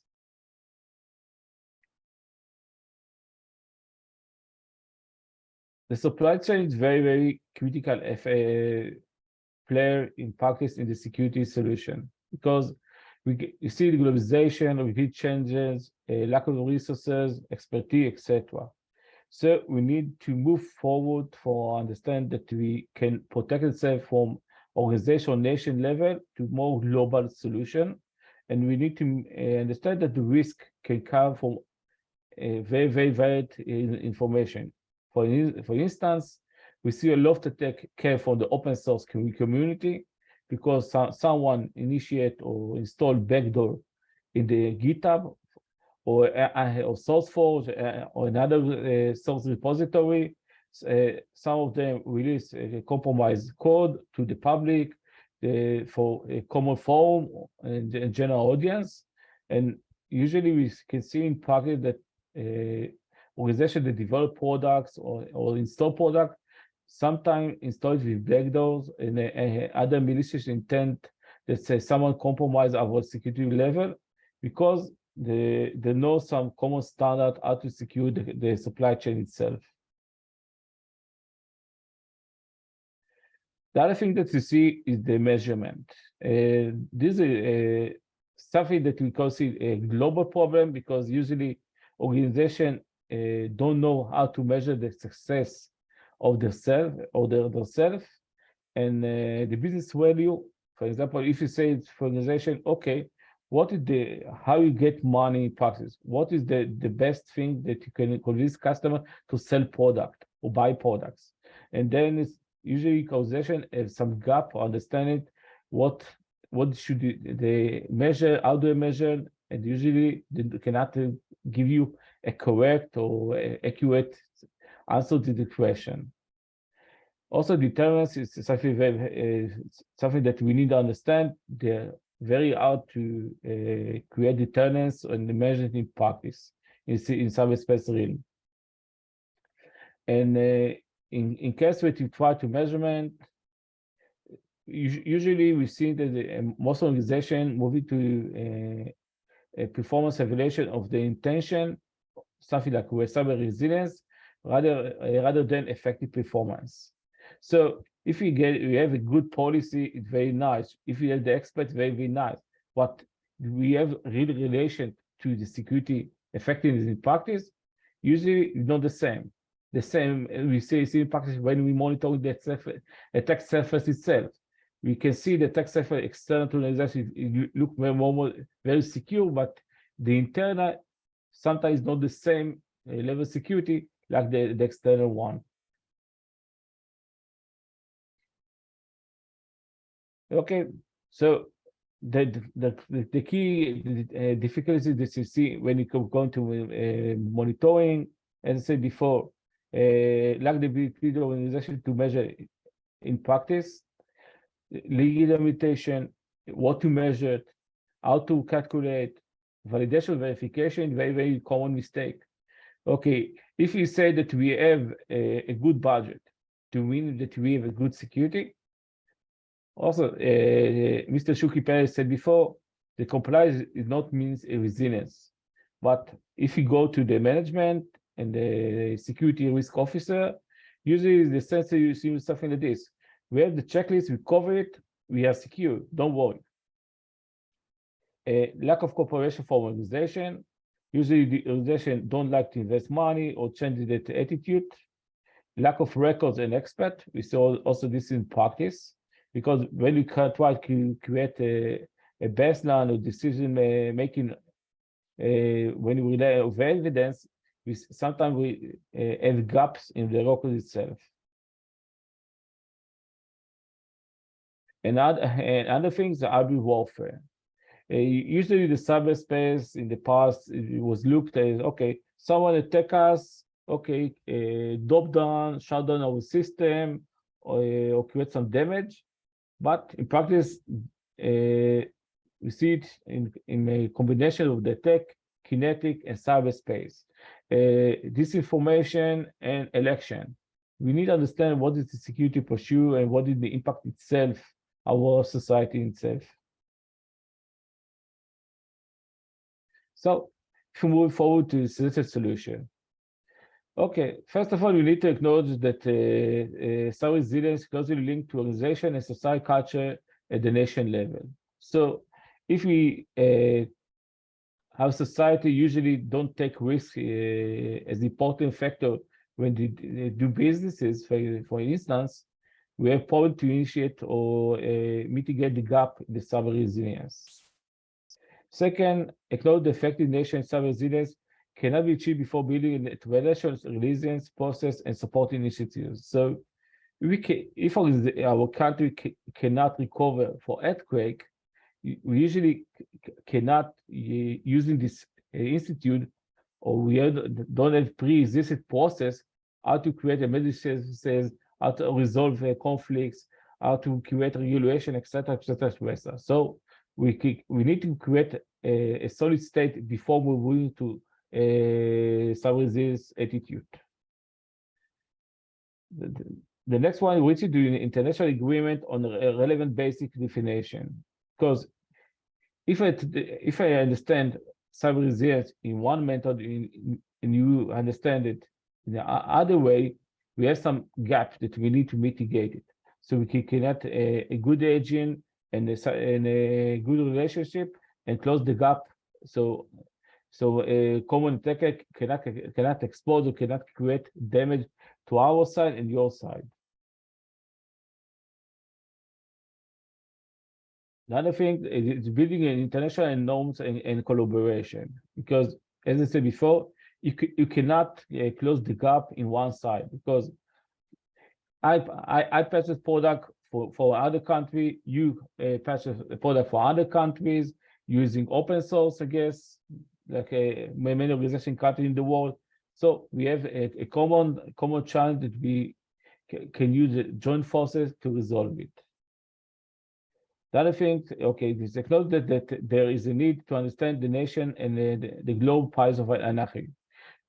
This is some bizarre norm, but it says something like this. Okay, we have the recommend pathway that we like to go away, or take it as a roadmap, or like a vision. But in practice, organization and the personnel using their own attitude, and we need to understand what is the gap and reduce it or minimize it, so we can create a stable society and security. The other thing is building a unified threat landscape and mitigation standards in the organization, national and global level. FinOps is very important perspective we've seen in practice, because when you go to management, we need to consistent, okay, this is cost-effective solution, and you should deploy it and give you a good ROI or return on investment. And the expertise in this field, called is nowadays FinOps. You can see it in the public cloud, but in practice, it affects anything in our lives. So if you go to the CFO, CEO of the board, usually you should create some business plan, how the cyber resilience should cost them, and what is the ROI in practice. Usually need to prefer or preference the ICT solution that enable realization of the following principles. For instance, zero-touch security. We see in the cloud, blueprint, infrastructure as a code, continuous monitoring, etc. Security levels known in advance. And one of the things that we see very nice is NIST OSCAR, since the language that allows us to validate of the security control in the cloud and monitoring in real time. We have some agreement MOU with CSA, Cloud Secure Alliance, and uses for some type for certification for a cloud solution provider. Using, for instance, common methodology like a MITRE-ATT-CK, MITRE-ATT-CK security stack, where we can map what is the gap between the threat and then the ability of the native security tools in the cloud to mitigate the threat. With this free friend is some methodology that we can use it for monitoring benchmark, etc. Fabio, Achitu, and reducing the number of vendors. If you have multiple vendors, as I said before, very hard to create a good security solution. You very require a lot maintenance and lot education. Rely on open standards, etc. And the last is adopting active cyber defense principle. We call this word usually CyBureau. And the idea is to take the preparation of the organization to the next step and understand the threat landscape and resolve it before the attacker can compromise the whole system. It can be used from basic alert to the public, education, scanning to the network, the attack surface, and working with the relation to move the message forward, how to protect it before someone can expose or create some damage to the organization itself. So if you can summarize it, okay, resilience is part of national security strategy. There is a need for agreed and a clear definition to cyber resilience. Effective cyber resilience requires international partnership and adopting of active cyber defense principles. So thank you for the time. If you have question, feel free. Thank you very much, Mr. Yuval Sinai, Head of Active Cyber Defense at the Israeli National Cyber Directorate. I have one question for you, please. You've mentioned the active cyber defense and the cyber dome, cyber digital dome, and I'll ask you, what do you think is and maybe an Israeli contribution to nation states around the world when it comes to cyber resilience? We spoke about the activities of Israeli startups in the cyberspace arena and the contributions when it comes to technology, and we know that. But I'm asking you as a nation state, as not specifically when it comes to startups, what can be the attribution, the contribution of Israel when it comes to cyber resilience? Thank you. Oh, okay. First of all, we need to understand that cyber resilience is not technical issue, but business issue, or national security if we talk about the nation level itself.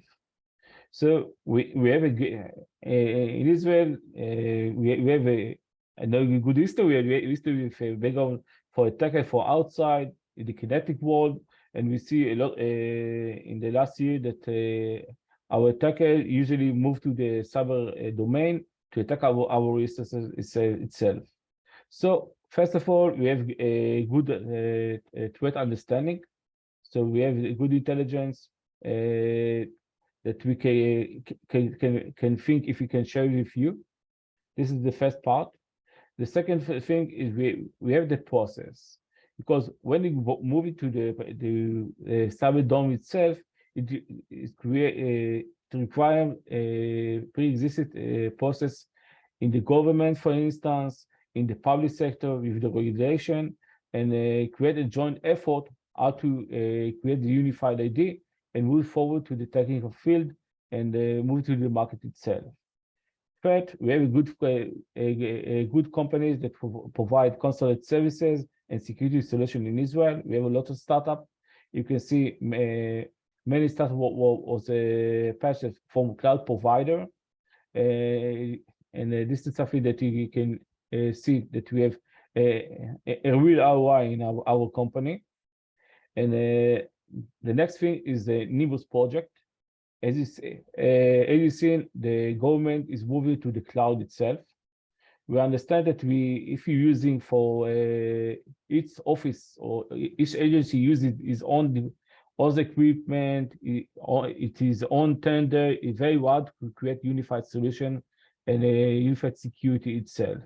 So we combine the business value for a unified solution, unified infrastructure, create once, use many. This is the one of the principles we usually prefer. And the other thing, we can create some estimation and monitoring in real time the environment, because when we move to the cloud, it usually Israeli products in the cloud. We create a good again real-time monitoring and create a stable baseline that we can say to our management and our government, okay, this is the security posture, this is the risk manager in real time or near real time. And when we go to make decision, we can get the decision in a real time and based on evidence. Oh, sorry. Okay. Thank you for your detailed answer. Do you have any more questions for Mr. Sinai? Okay. Dan. Thank you. Thank you very much, Mr. Yuval Sinai. I'll pass the torch to you, Dan. You are on mute. Pardon. You're muted. Dan. You are muted. Okay, so I will present our next speaker, Mr. Danuts Maftei, Counselor of the Director of the National Cybersecurity Directorate from Romania. Hi, everybody. Good morning, Mr. Maftei, and thank you for joining us. If you have a presentation, I'll share. I give you a code. Yes, I have. Yes. So yeah, you may present now, and the floor is yours, Mr. Maftei. It is okay. Could you see my presentation? Yes, we can. Yes, we can. Okay. Hi again, everybody. For the beginning, let me introduce myself. My name is Maftei Danuts, and I have the honor to work for the National Cybersecurity Directorate as a counselor of Mr. Dan Câmpeanu. I have a PhD degree in Public Order and National Security, got at the Doctoral School of the Police Academy. And during the Romanian presidency of the Council of European Union, as a diplomat of the Romanian permanent representation to the EU, I was dealing with diplomacy, cyber diplomacy, digital affairs, information security, cyber security issues, and international relations. I want to thank the Institute for Cyber Policy Studies, the National Cybersecurity Directorate, and the Agile Press for organizing the conference on cyber resilience and for inviting me to this event. And thank you for the very interesting presentations. One second, please. Thank you, Danuts, for your kind words and for being part. Okay. I noticed that I have some similar colors and subtopics in my presentation, similar to the presentation of Mr. Sinai. Is not on purpose; it's just by accident, and maybe because we share some similar visions. Anyway. The cyber resilience in the governmental sector is a very important and complex topic for all of us. Although the term cybersecurity is more commonly used in public, cyber resilience is no less important.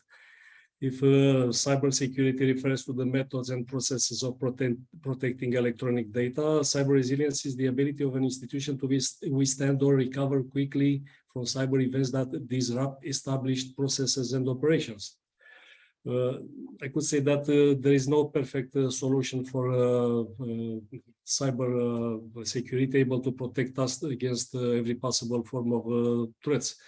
The cybersecurity strategy is designed to reduce the risk of attacks, but when this happens, a response with built-in cyber resilience is needed to reduce the impact. Both aspects are equally important and should be equally invested in. The more prepared we are, the less consequences we will face. Sorry to interrupt you, Professor Maftei. Just a remark. We are still, just to know, we are still on the first slide. Yes. Oh, okay. So it's okay. Oh, that's nice. Everything is under control. Sorry to interrupt you. Yes. So Okay. no problem. In my presentation, I will talk something about some general aspects about the need for cyber resilience in the governmental sector, about reinventing cyber resilience in the governmental sector, about reinventing our CERT-RO that it was an action that had as an effect the establishing of the National Cybersecurity Directorate, actually. And something about cyber resilience and the lesson learned and best practices concept, because this is, in my opinion, is very interesting for all of us. Now, I have here some definitions. I won't repeat them again because these are the general definitions. And I was inspired from the article, a review of definitions and measures of system resilience written by Hosseini Barker and Ramirez Marquez. The idea is that many of the definitions focus on the capability of a system to absorb, adapt to disruptive events, and the recovery is considered as the critical part of resilience. Generally speaking, the cyber resilience is the ability to prepare for, respond to, and to recover from cyber attacks and data breaches while continuing to operate effectively. An organization is cyber resilient when it can defend against cyber threats, have a proper cyber security risk management, and can guarantee the business continuity during and after cyber incidents. This concept of cyber resilience has emerged over the past few years because the traditional security controls and measures were no longer enough to minimize cyber risks. But why we need cyber resilience? Like Mr. Yuval Sinai said before, the digital transformation brings to us new opportunities and also new challenges. Why challenges? Because it exposes the state, the society, our economy, the citizens, our states to cyber threats and attacks. They do not have a clear national address of a sender, are not blocked at the state borders, and have a deep asymmetric character because with relatively limited resources, an individual or a group of individuals affiliated or not with governmental structures can generate cyber incidents with significant disruptive effects with a destabilizing impact at the state or economic sector level.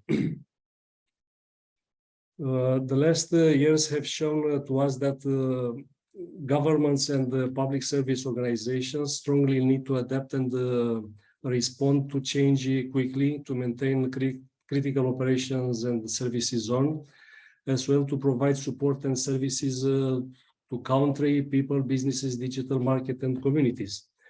The response capabilities must be developed and evolve at the same time with cyber attacks, both by means of prevention and specialized reaction and intervention, highly prepared and adapted to new types of cyber challenges.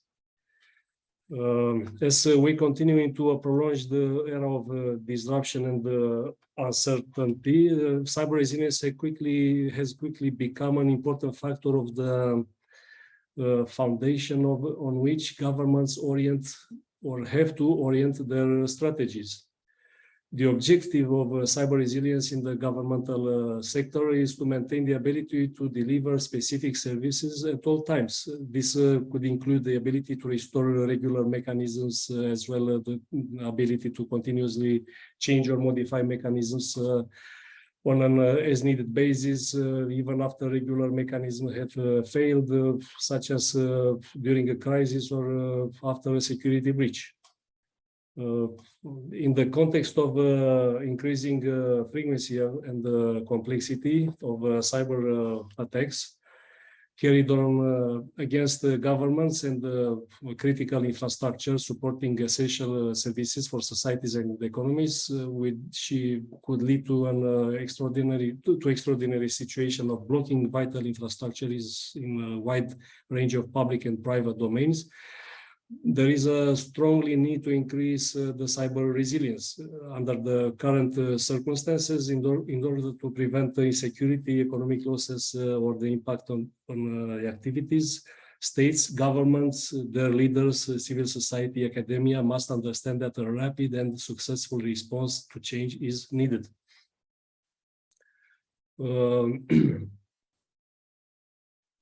For having this response, we need the leaders, our leaders, to understand how important the cyber resilience is.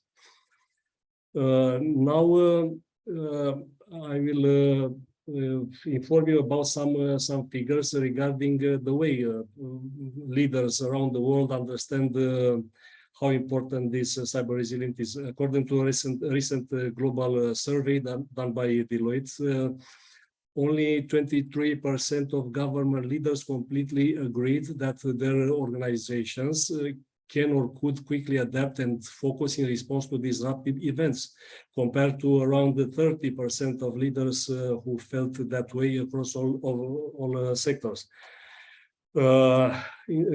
Meanwhile, the World Economic Forum's Global Cybersecurity Outlook 2022 report indicates that while 85% of cyber leaders agree that cyber resilience is a business priority for their organization, gaining decision makers support when prioritizing cyber risk against a plurality of other risks remains a prominent challenge. Now we'll talk something about the need of reinventing cyber resilience in the governmental sector. As government organizations navigate what's ahead, it's important to remember that cyber resilience isn't about trying to return to the previous status quo. It's much more transformative, requiring new procedures, new competencies related to cyber issues, new abilities to predict conditions and outcome, and to respond with more agile and precise policy interventions. In both times of stable conditions and crises, people depend on their national governments for service continuity and, importantly, for service quality. That's why the most cyber resilience governments, organizations, and leaders themselves seek to adapt, to reinvent the systems, trying to deliver all these services, including the processes, ecosystems, technologies, and the people related to them, to better protect, anticipate, prevent, respond to change, and successfully recover their functions rapidly. For governments, reinventing the cyber resilience for their sector and embracing the characteristics and the principles associated with it can help state entities to prepare themselves with confidence for what's next and to accomplish better their national objectives. Now, because we're talking about reinventing cyber resilience in the governmental sector, I will tell you something about our case, about what we have done in Romania. It's about reinventing the systems, entities, and competencies related to cyber issues. And in our case, the Romanian authorities understood very well that they need to adapt to the current situation in order to face better the new cyber challenges and threats. So that was the reason why in September 2021, 1 year ago actually, according to the emergency ordinance number 104, the National Cybersecurity Directorate was established. The Directorate is a specialized body of the Central Public Administration. It's under the authority of the Romanian government and in the coordination of our Prime Minister, which is good. It is the competent authority at the national level for the national civilian cyberspace. So the national civilian cyberspace, including the management of risks and cyber incidents. The Directorate took over the activities, attributions, and the staff from the National Cybersecurity Incident Response Team from CyBureau. That was the previous name and institution. The Directorate has legal personality and is entirely financed from the state budget through the budget of the General Secretary of the Government. The management is ensured by the Director of the National Cybersecurity Directorate, with currently Mr. Duncan Penwell. He has his rank is of State Secretary. He has also 5 deputies with the rank of Under Secretaries of State, and their mandate is for 5 years.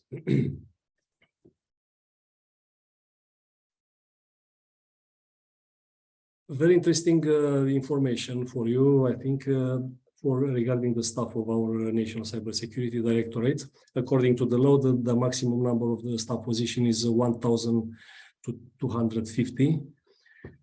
They have to be deployed in central, regional, and county structures. In addition to the previous functions, the staffing schedule of our Directorate contains new specific management and execution functions as follows. Management positions, as you could see: Senior Cybersecurity Manager, Senior Cybersecurity Coordinator, and so on. Execution positions. So we have new specific management and execution functions, because we understood that we need the change. We need to adapt to the current situation. So, for instance, we have, according to the law, expert in cybersecurity, expert in data collection, primary analysis, and cybersecurity incident response, expert in digital investigations and malware analysis, and so on. I will provide you the final presentation to see better. To get more information regarding these subtopics. And also we have some execution positions, secondary education level, and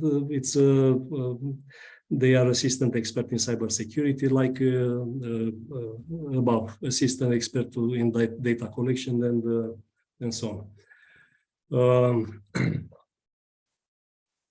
Now I will touch a subject that is, in my opinion, very interesting for us, because it's about lessons learned and best practices. Because lessons learned, we are not able to advance so much. Without lessons learned and best practices, department maybe, or unit, or I don't know, also is not, in some cases, is not possible to go forward so easy. I was inspired in my study, because I studied this subject, and I wrote even an article. You'll have the link afterwards. Also from the NATO Lessons Learned Handbook. For instance, it is said in that Lessons Learned Handbook that the organization's lessons learned capability enables the organization to reach its full potential. Also, I want to mention to you that I found an interesting definition provided also by Deloitte regarding the resilient organizations. They are those that plan and invest for disruptions and can adapt, tolerate, and rebound quickly in a way that enables shall not only succeed in this aftermath, but also to lead the way to a better normal and pay attention to lessons learned and best practices. It's important to stress that resilience is a state of being, not a destination. A resilient organization doesn't ride out crisis, returning to business as usual once disruption ends. It instead transforms and adapts. In order to have these results, mentalities have to be changed. Plans have to be made. Financial funds have to be allocated. Lessons to be learned and best practices to be applied. In this context, I want to emphasize one more time the strategic importance of lessons learned and best practices concept for the governmental sector and for the authorities with responsibilities in the field of cybersecurity. The lessons learned process is the act of efficient learning from past experiences in order to achieve improvements. It implies people, organizations, and the associated activities, and represents the strategies adopted for minimizing the risks of repeating mistakes of the past and for maximizing its achievements. Lessons learned from experience offers solutions and help organizations to be more effective in achieving their objectives, to have better results and avoid dysfunctions and errors, in order to minimize the risks and repeating mistakes of the past and maximize the achievements. More and more institutions with the responsibilities in the fields of public safety, security, emergency, public order, crisis management have adopted the system of lessons learned and best practices. Moreover, some of them currently do even more, making their best for learning faster and selling better. On the other hand, there are national and international entities that are not very familiar with the concept of lessons learned, and or at least actually they don't take into account its importance. Lessons learned have also strategic importance for cybersecurity building activity, also important as a mean for improving the level of cyber resilience. Now we have a lot of sources used by the actors involved in lessons learned and best practices process. We have reports, notes, reviews, study visits, expert discussions, meetings, workshop, conferences like the current one, articles, reports from organizations, emails, meetings, weekly, monthly reports, speeches, SOPs, external sources, policy papers, and so on. Everything is could contain a good information to be learned. The main idea is that the lessons learned from cyber incidents could help our governments to become more resilient in the face of future cyber challenges. Now, I would like to quote something from the NATO Lessons Learned handbook to understand why I wanted to emphasize the importance of this concept. In a successful learning organization, learning are identified and turned into lessons learned effectively and efficiently. The organization's lessons learned capability enables the organization to reach its full potential. We only learn lessons when things change as a result of our new knowledge. Until then, we have merely identified an area where the organization is not living up to its potential.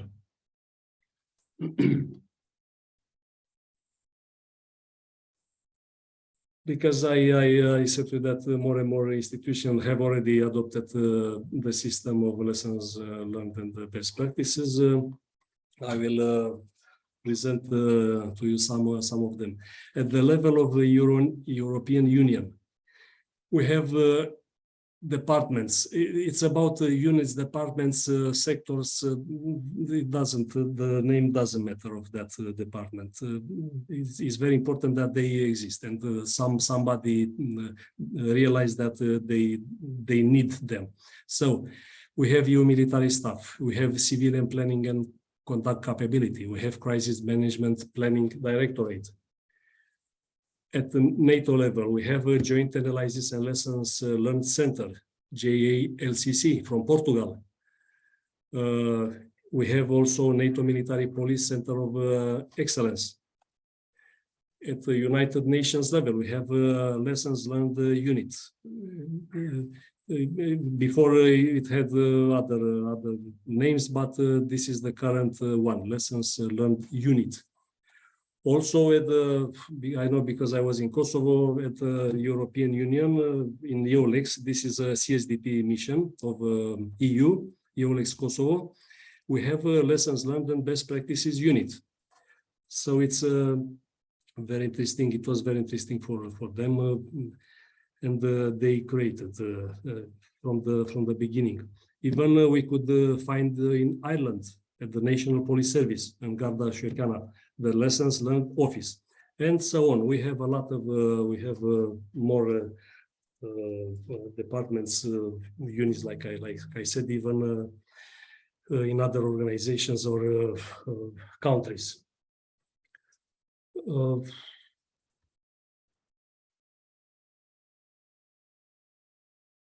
The final idea is that applying lessons learned could save lives, organizations, critical infrastructures, financial funds, IT systems, protect personal data, and help to better cyber resilience. You could find more details regarding this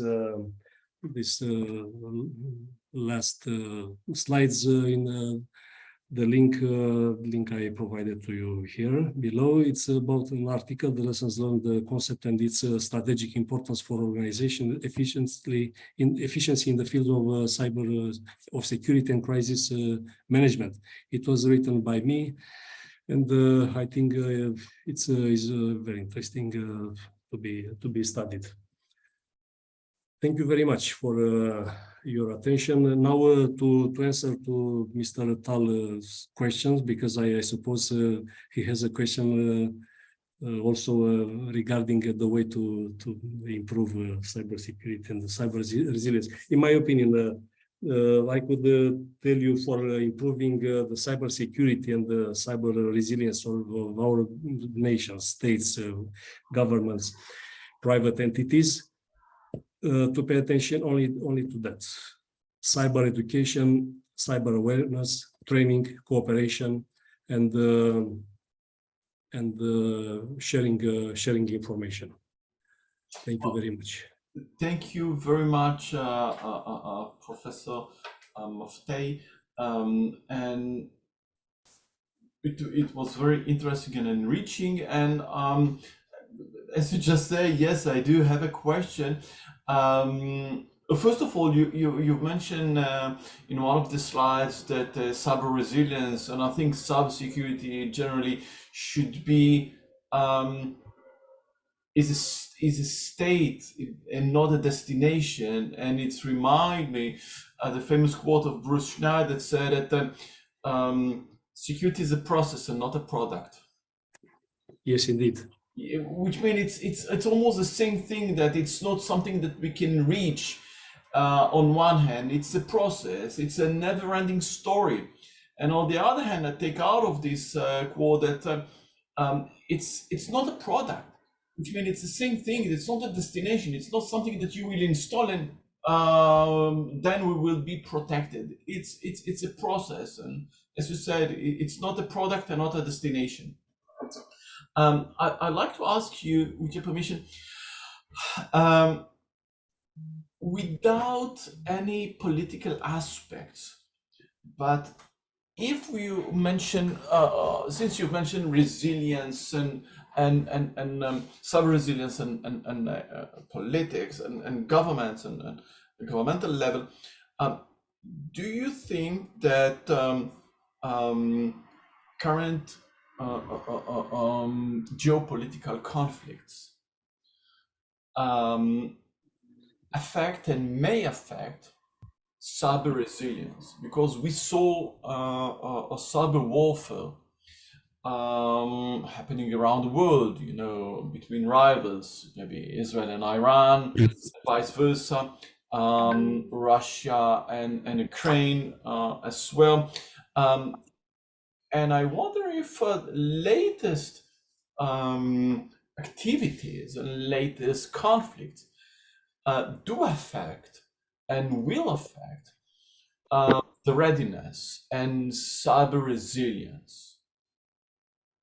Yes, indeed. All the time we could be affected because, like it was said, mentioned before, the cyber criminals and all the criminals around the world used to adapt and used to be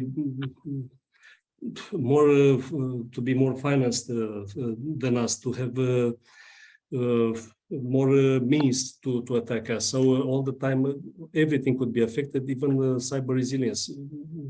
That was the reason why I said that cyber resilience is a journey, not a destination. We have all the time to understand what are the changes, what we need to change.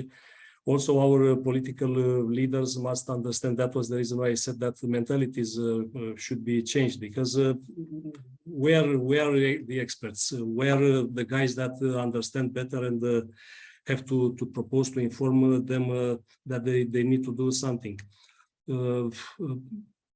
Cyber resilience could not be affected so much in case we are good in prevention, in getting information, in realizing what could happen, because we could take some measures in advance. All these are measures for securing our nations, our entities, our governments, our states. But all the time, like I said, the criminals are one step, two step in front of us. They apply some countermeasures, let's say. So all the time we have to combat them to find new ways of working, new ways of to adapt to the reality, and to see what is better, to cooperate, to share information, to understand from our partners, from our EU partners, for other partners like you, to understand what we need to do. It's a long story, a lot of things to discuss regarding this subject. It's not possible to touch it in 30 minutes, but anyway, it's good. Thank you very much for. Thank you very much. Thank you very much, Mr. Mafti. Thank you once again, Mr. Dr. Danut Mafti, Counselor of the Director of the National Cyber Security Directorate in Romania. Dan, the torch is back. Leave it to you. Yes. Thank you so much. I think it was super very interesting views and ideas shared with us by both Yuval and by Mr. Danut Mafti. And without further ado, and with your permission, I suggest we shift to the last panel of our conversation, where we have two interesting speakers for the panel. So we have Mr. Dan Florian, the CEO of Attack Simulator, and also Mr. Nadav Valeh, the Ernst & Young partner of cybersecurity consulting practice in Israel. So how should we start? So any preference? Maybe let's start. I think that Mr. Ale asked to be the first due to his schedule. I think so. Am I right, Mr. Ale? I've cleared my schedule and I can accommodate anything. I've cleared Okay. So it's up to you. It's up to you guys. As you know, as an ex-cyber partner, okay, for a competitor of Nadav, I know consulting partners are very expensive. So maybe with your permission, and Dan, thank you so much for your flexibility as well. Maybe we should give the ground to Mr. Nadav Valeh to share with us a bit from his perspective, and to honestly, I'm very interested to hear more from Ernst & Young cyber practice in Israel, and see a bit some views from you guys, because you do amazing work, and you have also the chance, thanks to your network, to bring a unique perspective on cyber resilience, on cyber risk topic, from both multidisciplinary viewpoint, but also considering that you have a wide variety of customers, of clients that you are serving in multiple industries, multiple geographies. So I think that's a super valuable viewpoint. So the microphone is yours, and we are looking forward for your insight. Thank you so much. Sure. So thanks for this introduction, and thanks all for joining.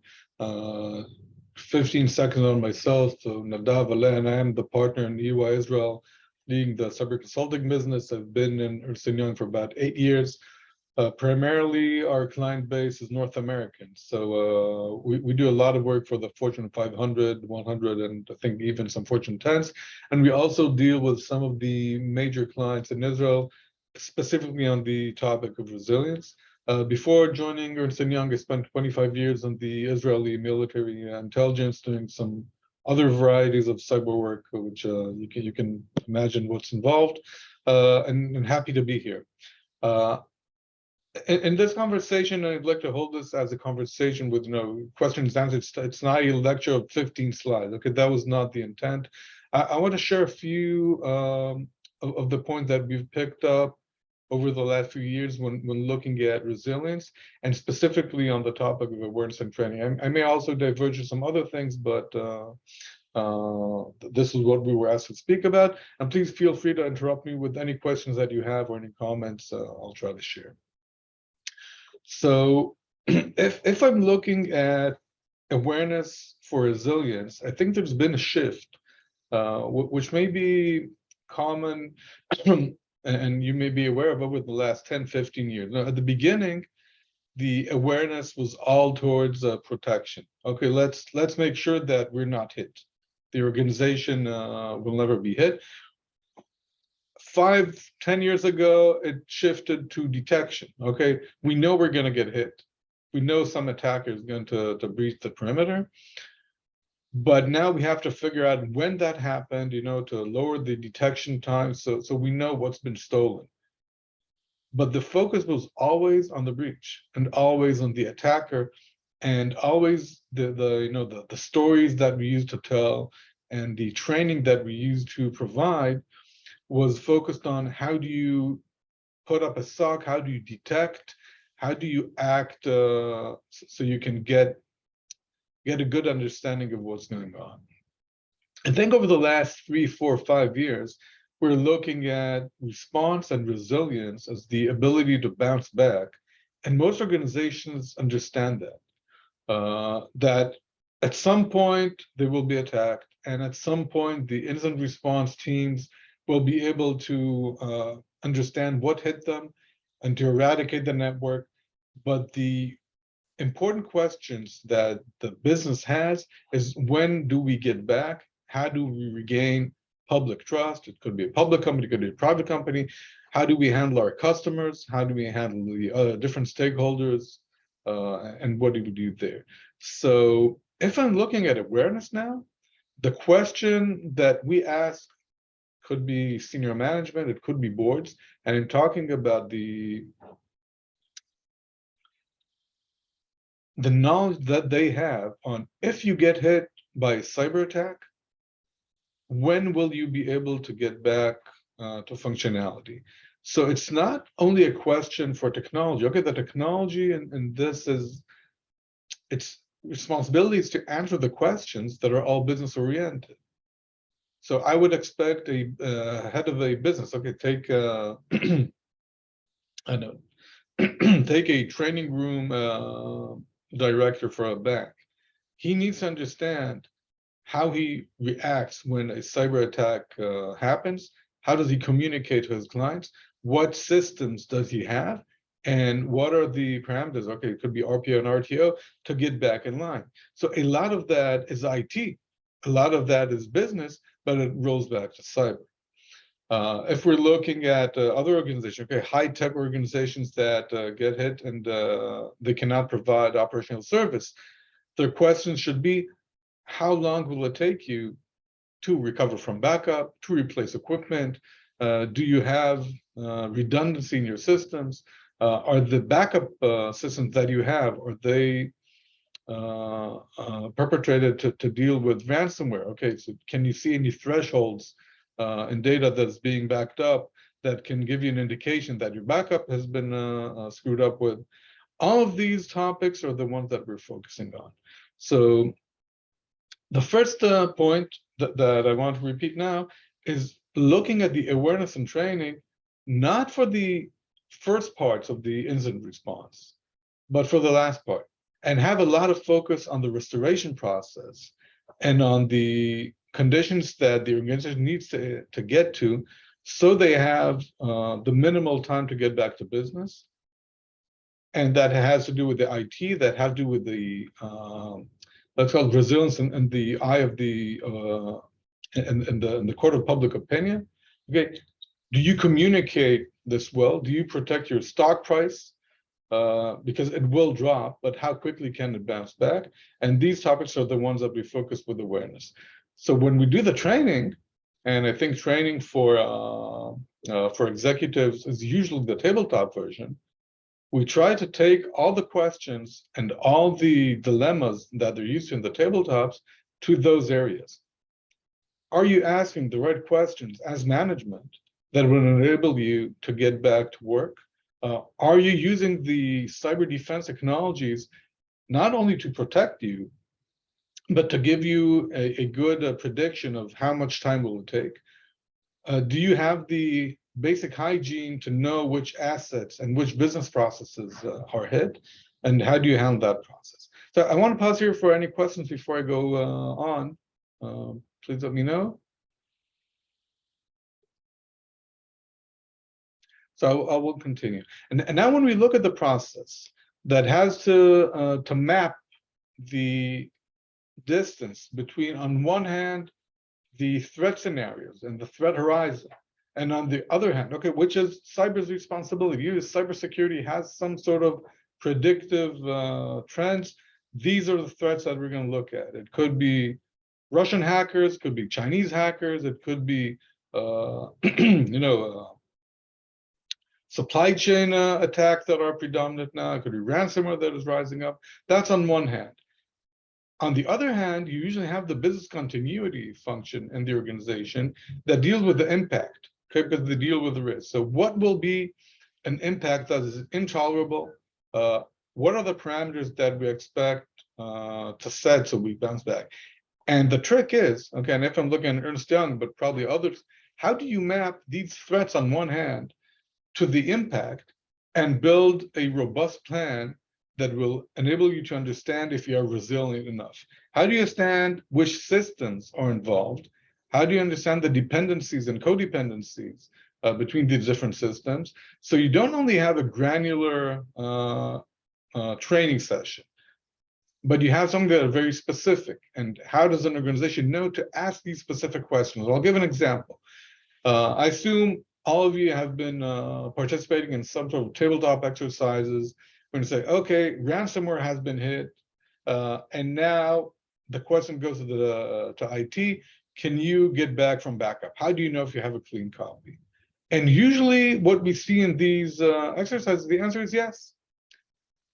We've got a decent backup coming up. It will take such and such a time. Not too many times do we see the question, what do you do if you have a corrupt backup?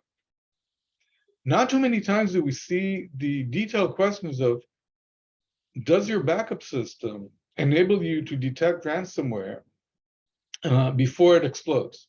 Okay, so does it give you an extra layer of defense?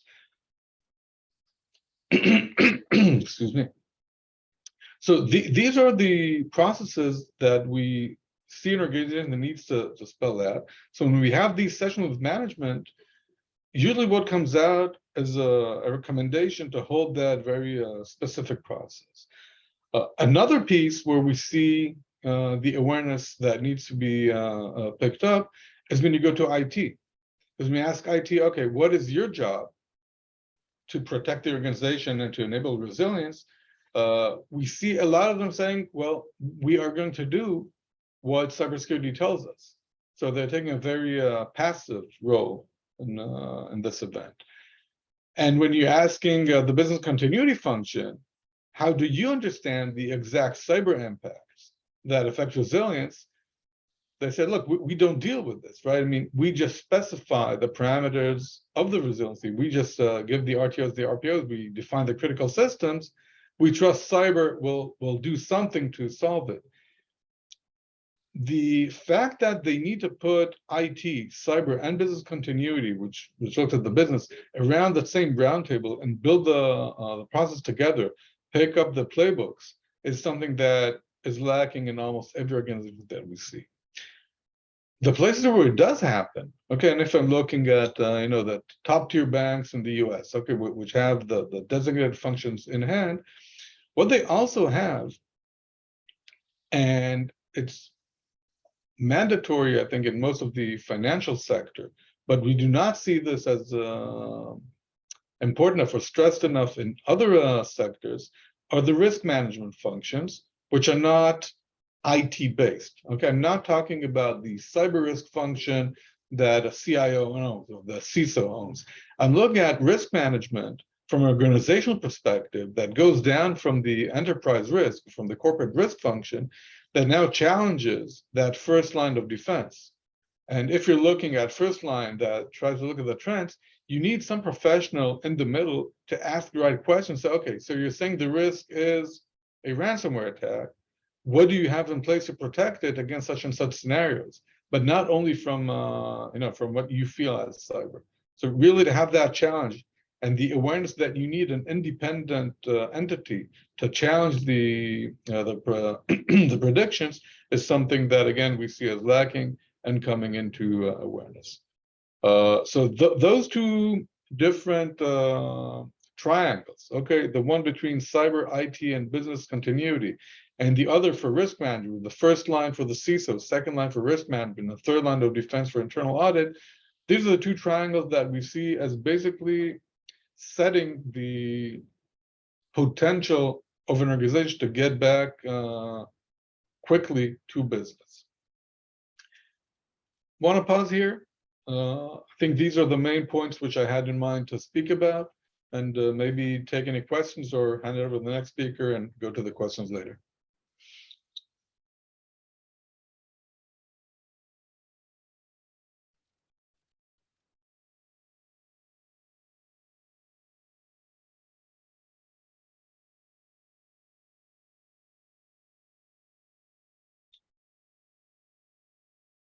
Are there any questions to be asked?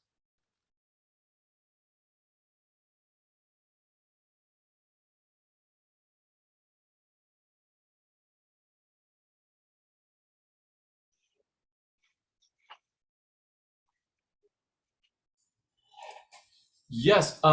Sorry. Thank you, dear Nadab. I want to ask you, and thank you for this important presentation. I want to ask you in this regard, how do you see the maturity of the Israeli, specifically, the Israeli cyber ecosystem when it's come to resilience? And they said more than once that, okay, Cyber Nation and one of the top 5, top 6, top whatever. And from my humble opinion and point of view, I think, and I'll say to my students, that in order to be a real superpower, cyber superpower, you need to have the ability to have kind of cyber dome, as Mr. Sinai mentioned, which mean the same capabilities to defend yourself, not only the offensive.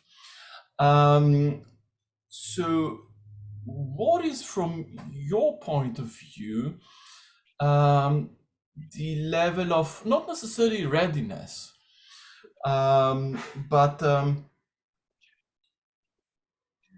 knowledge or even awareness, and how would you put on scale the level of Israeli cyber resilience? And I know that it's a tough question because it's include not only and not necessarily governmental institutions, but here I speak mainly on general public, mainly on corporates and small medium businesses and those. And it was said more than once that the one that you do not see, the one that will target you, harm you. So that's my question. Thank you, Natav. So I'll try to it is in a very broad question. So I'll try to break it maybe into different slices. If I'm looking at the top of the industry, okay, the financial institutions on one hand, or multinational companies on the other hand, they are required to explain, okay, what their readiness level is. They're required either by regulators or by investors to prove, okay, to some extent that they have resilience capabilities. They may be required to present assessments. They may be required to present a proof that they have trained for this. So the awareness at that level exists, I think, and I think going back to what I said before, they understand that the focus is not only do they have cyber defenses, but do they have a complete process that can identify an attack and bring them back to business quickly enough and not hurt the company too much. So I think the awareness exists. If I'm looking at the opposite side of the spectrum, at the very small companies, the individuals, there may be some awareness, but I think always, looking at these startups, they don't think about it enough. They're very vulnerable at that stage. So they know they could get hit. They hope to get lucky. Okay, and someone will miss them, because they assume that they're not a target, that they assume that nobody will actually be able to mess up their business. And the phone calls that I get, and it's always on the Thursday nights, right, of someone that's saying, look, we've got bad news. Something happened. And the main questions we have at that stage goes back to backup and the ability to restore. Because okay, it's not a question of are we prepared now? Obviously not, okay? But how do you get back to business? So that awareness is increasing. It's increasing because of the successful cyber attacks that are all out in the news. But so that leaves the middle part. Okay, let's call it the Israeli mid-market. Of companies that know they have to do something. They're trying to figure out what to do. And I think that's where we come in with the awareness training, because we need to focus them on what will be the most effective things that you can do to solve the business problem of resilience. And it's not pouring, tens of millions of dollars in defense. Okay, it's understanding that you're protecting the crown jewels of the business, that what you need to get back to operation first, and that you're all set for that. Do you have backup processes? Okay, if your main systems get hit, can you put a manual process to get back in business while you slowly restore? I think the awareness is growing. The amount of demand we're getting from management for training and to build them recovery plans is increasing. So I'd say generally Israel is in a good direction. Compared to other countries, if I look at United States, which is again or North America, the middle is a bit lagging behind. Okay, all the top tiers know what we just talked about. Every top tier company knows. I think all the startups everywhere are in the same position. I think Israel is a bit lagging behind, not in awareness. They're lagging behind in execution, but that's Israel, right? I mean, we know and we understand, but now we have to do something effectively. Americans are better than that. Okay, I mean, they have a plan that they don't move forward before they have the plan. And it's very interesting because you said that startups have, let's say, kind of issue with understanding the importance of cybersecurity, and they contact you when there is when something happened, knocking on their door, and it's amazing because, well, when I'm looking from the outside, I expect that they will have there are startups, IT entities, and you expect that they'll have a bit more awareness regarding cybersecurity threats, more than common, I don't know, grocery or something. So it's an interesting question, because when you look at a grocery store or take a retailer, they buy most of what they have third party. Okay, so they're going now to a cloud ERP system. That cloud ERP system is usually pretty good. You know, I mean, you get it from a large vendor. You ask for that to be defended. It's not a bad thing to have. When you're looking at a startup, they put together the network. Okay, they've got things in place. They're usually focused on a product, and they are looking at the security of the product. They're not necessarily looking at the security of the organization.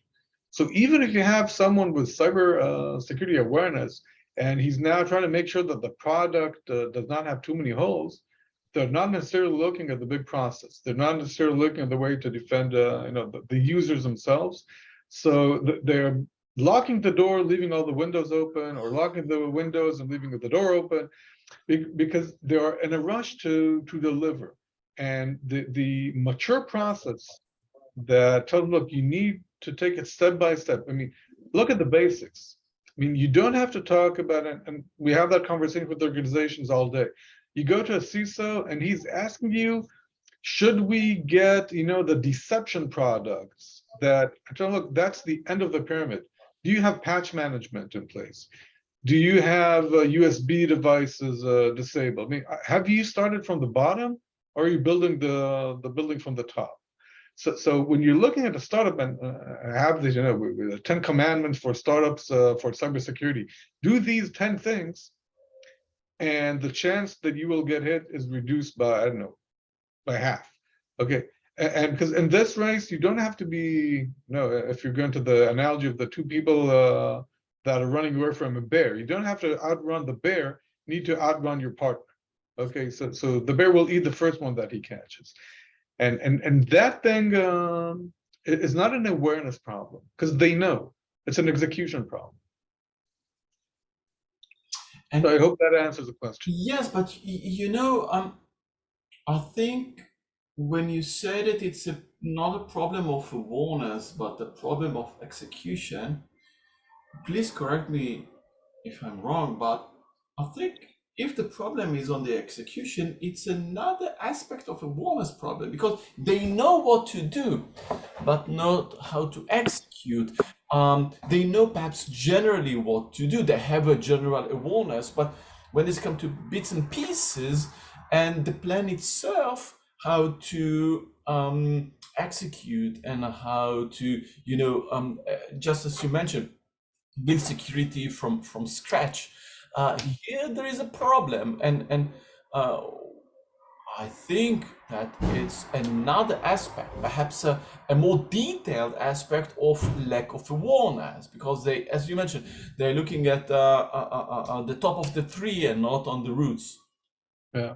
So I agree with it. It's a matter of awareness, but I think it's a matter of awareness as you go up the chain of command, because awareness at the end of the day, its manifestation is priorities for budget, right? I mean, you can be aware all day, but if you don't put the budget in the right place, then, and that will go back to the C level and go up to the board and go maybe up to I don't know, actually the board would probably reflect the investors as well. So when we talk, for example, with VCs, one of the conversations we have to them, look, guys, you need to demand these things from your portfolio companies to protect your investment.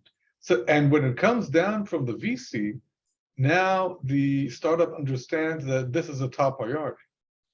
Okay, because that's what makes the move. Because if their top priority is to generate revenue, then they will do that. They will be very aware of the fact they need a CISO, but they're not putting the budget to hire one, or they're not putting the budget to get a consultant to do that for them. So it will get pushed back to priority 17. And we all know when priority 17 gets taken care of. So if they would focus, if they would spend time and budget, they would be fine. But to translate awareness into priority, I think that's the big boss's responsibility. I don't expect that of an engineer. Thank you very much for your detailed and profound answer. Do we have any more questions for Mr. Ale? Okay, Mr. Chimpan. Thank you so much. Yeah, I don't have questions myself because that's so so straightforward and so powerful presentation that Mr. Ale made. So now, without further ado, with your permission, I would love to invite a dear friend and business partner of the Romanian Cyber Directorate, Mr. Dan Florian, who is the CEO of Attack Simulator organization. So Dan, you have the floor, and we are really very eager to hear from you as well. Hello, everybody, and thank you very much for the opportunity. Can you please allow me to share my screen, because I have a presentation and I want to share it. Yes, of course. Just a second. Now you can. Okay, one moment, please.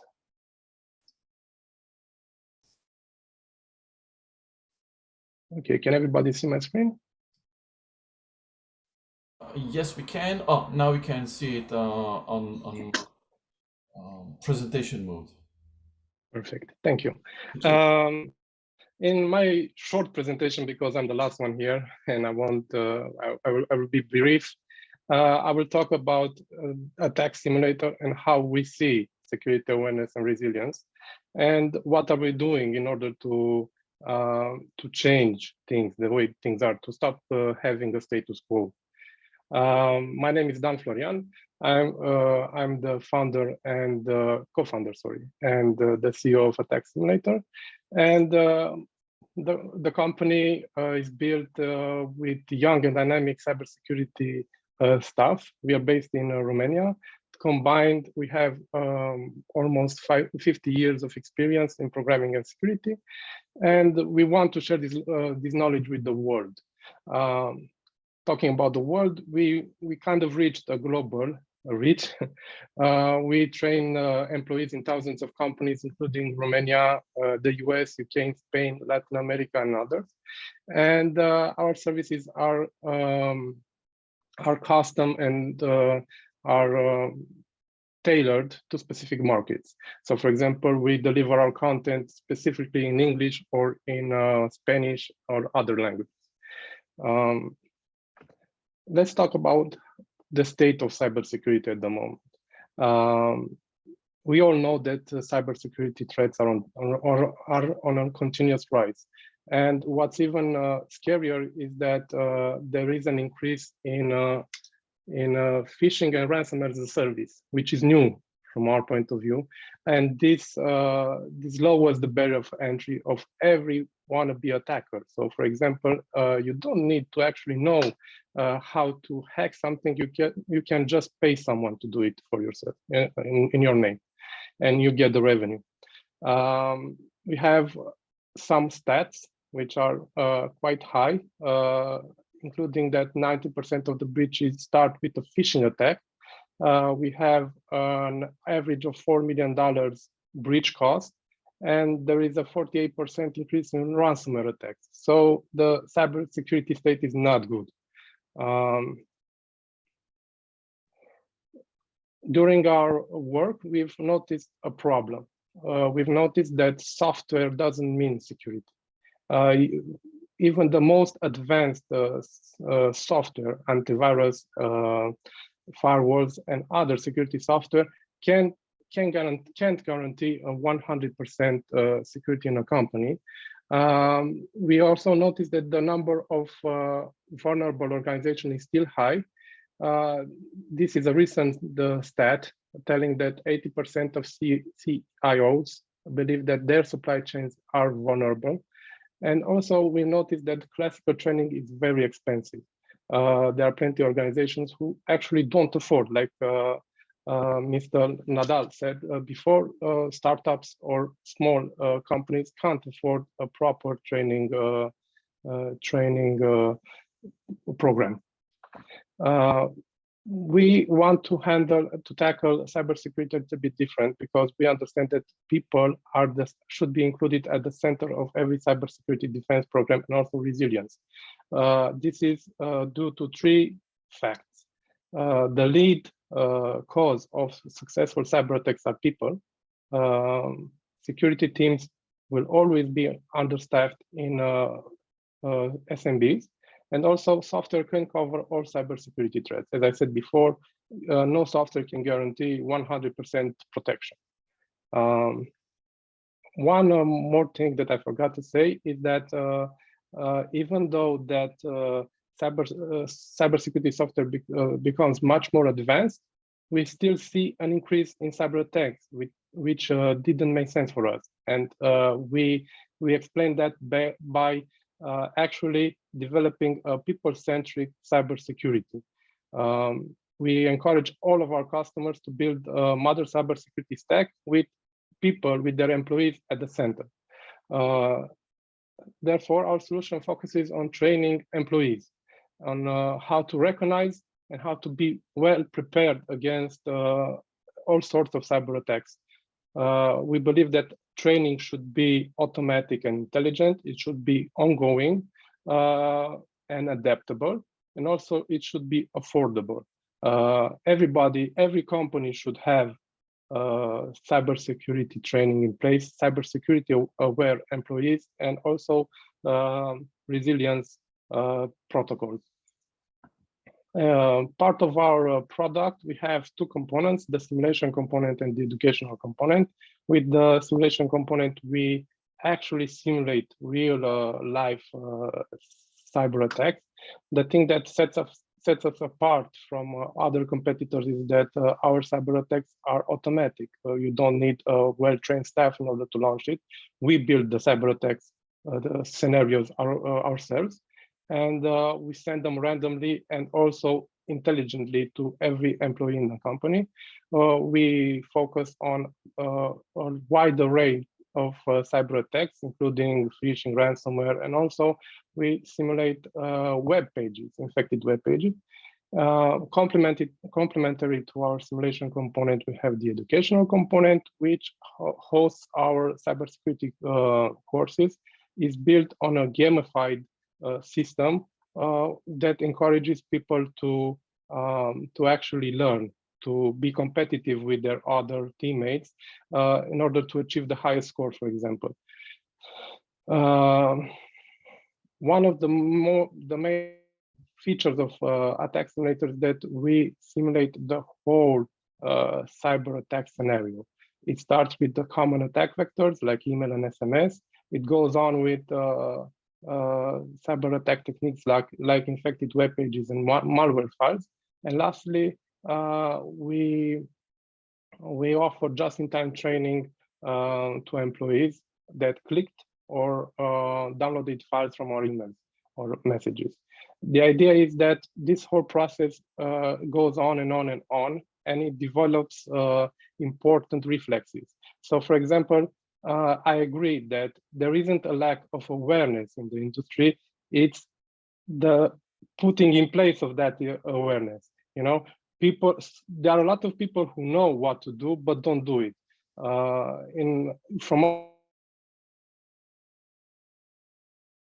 People are very busy. They act on impulses, emotions, and when they see an email, for example, with a fine, a speeding ticket, they panic and they don't they don't read it closely, and they click and get infected. With this program put on repeat on a long period of time, people actually develop reflexes, develop ways where to look in emails or in unexpected messages. Also, we have, as I said, cybersecurity courses in a gamified experience with interactive content to keep learning in a dynamic way. We don't want it to be boring. We don't want it to be, just another course that I need to take in order to do my job. We wanted to have it entertaining. We are using the COSAR methodology that we developed, and it's based on the first thing we analyze the state of the organization. We update our attacks with the latest security threats. We simulate those attacks. We assess the results.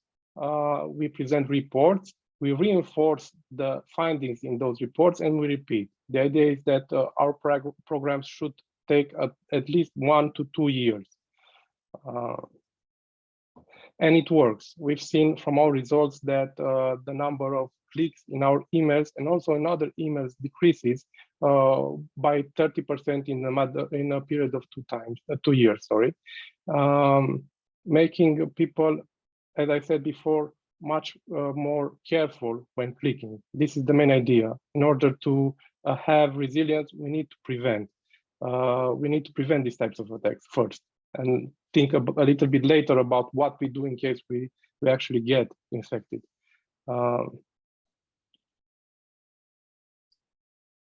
Our journey, we started our program we launched our program globally in 2019. In 2020, we strengthened our supply chain and we became friends with the DNSC.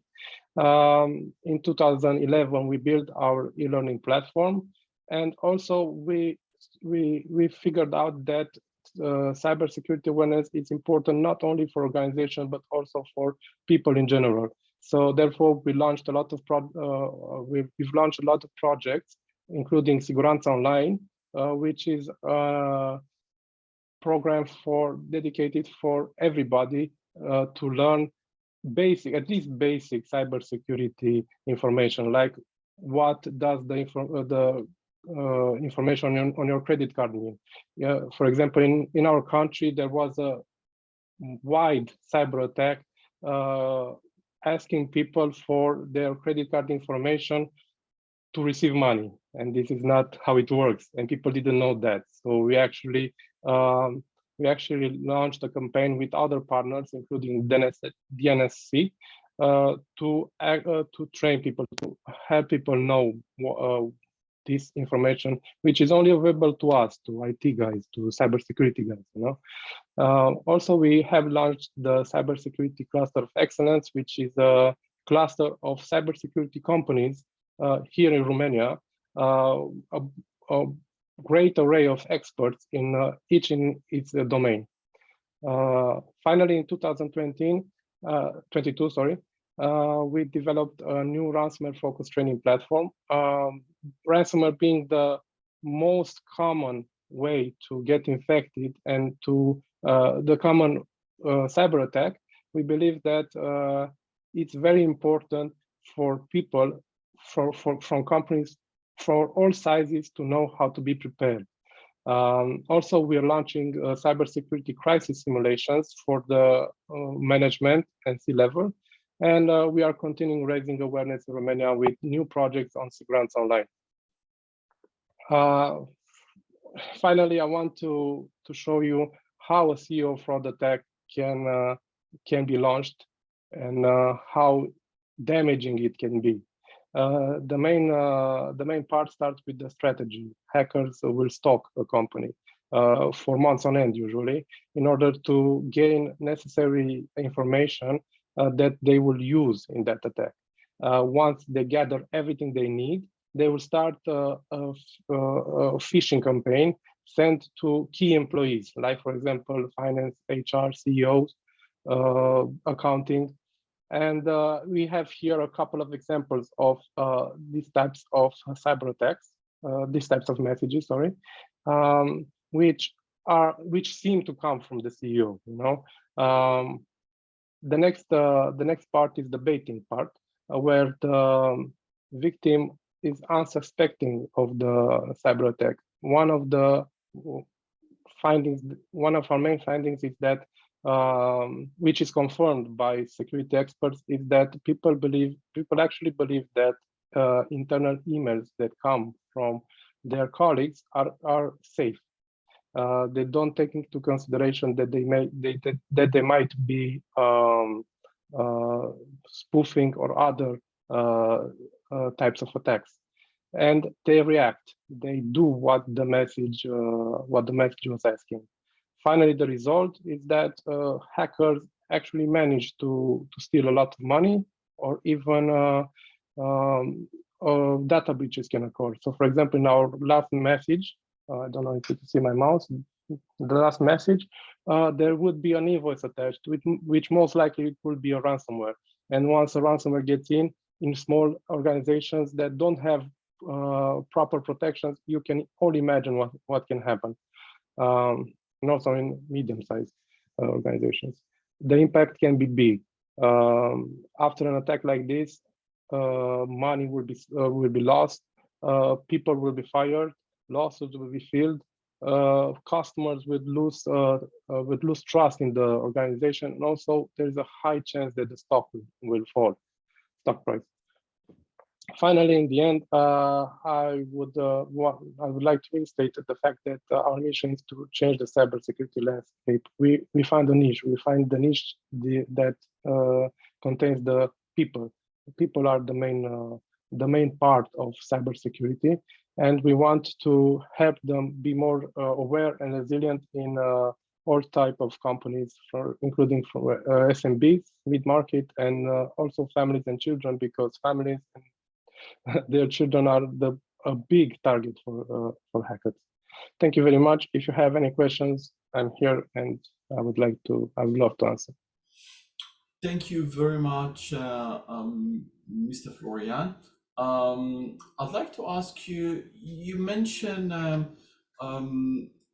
your very important activities of attacking and simulation. And since we're dealing with resilience and we spoke about awareness, I'm asking from your experience and point of view, what is the level of once again, you know, for me it's the major point, the awareness, and from your point of view, what do you think and how do you see the level of awareness from, let's say, your client or potential clients and the environment? Well, do they understand the need? It's easy to explain and to make them see the need of such a simulation, or you say we are not there yet, there is still a lot of work to be done in order that let's say management, C-level, and down to employees and clerks will understand the importance of such drills and simulations? Unfortunately, the level of awareness is kind of low, and also the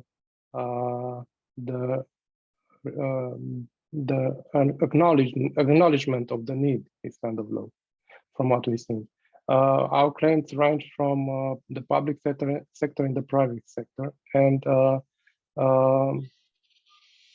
it's kind of the same, honestly. There are companies, as I said before, there are companies with employees who know what to do in these kind of situations, but often forgot because they think that it can happen to themselves. These kind of attacks are very improbable, even if they see the stats, even if they see the amount of money that this industry, the hacking industry, creates, you know, they are not quite impressed. So there needs to be, we need to make campaigns to have people aware of the danger, to have people aware that it can happen to them. We haven't seen, at least, I think in the US, it's the most, from our clients, the US and the UK are the most aware countries. But the rest, we need a little bit more work to do. Okay, it's very interesting, and once again, it reflects what we know about the problem of awareness, the lack of awareness, the diversity of level of awareness between organizations, between sectors, and even within the organization, between the different levels. So thank you very much for this affirmation, I think, and data. Do we have some more questions to Mr. Dan Florian?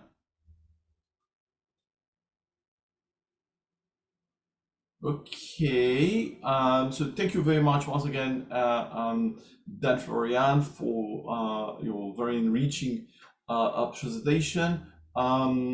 Back to you, Dan. Thank you so much for passing the microphone back to me. So honestly, I was very happy with the discussions of today. I truly believe we got really quite a lot of good insight from true professionals, people that really focus on their day-by-day activity on cyber resilience, cyber security in general. And I was very happy to see some practical, hands-on insights and to listen from you guys about really, let's say, let me call it like that, tactical aspects of the cyber resilience and cyber security, with, of course, a variety and a good balanced mix of views from private actors, solution providers, governmental views, and so on. So I would like to thank you all so much for joining us. We are a bit of ahead of time, but I think no one will be offended if we can wrap up a bit earlier, so you get a couple of extra minutes for you know, catching up with the mails, getting a quick lunch, and so on. So thank you again for joining us yesterday and today for this online event. You know, online it has advantages and disadvantages. Nevertheless, it's a good format, and we'll pursue it in future occasions. And I hope very much you get on one hand some interesting insights and interesting information from these 2 days, and also very important, you get some new contacts, and now you know some people that have the same interest, the same focus on cyber resilience, so you can also contact them directly and basically pick it up as new business opportunities, cooperation, collaboration, and joint projects and activities that may suit both of you, all of you. So that's all from my side. So back to you, Dr.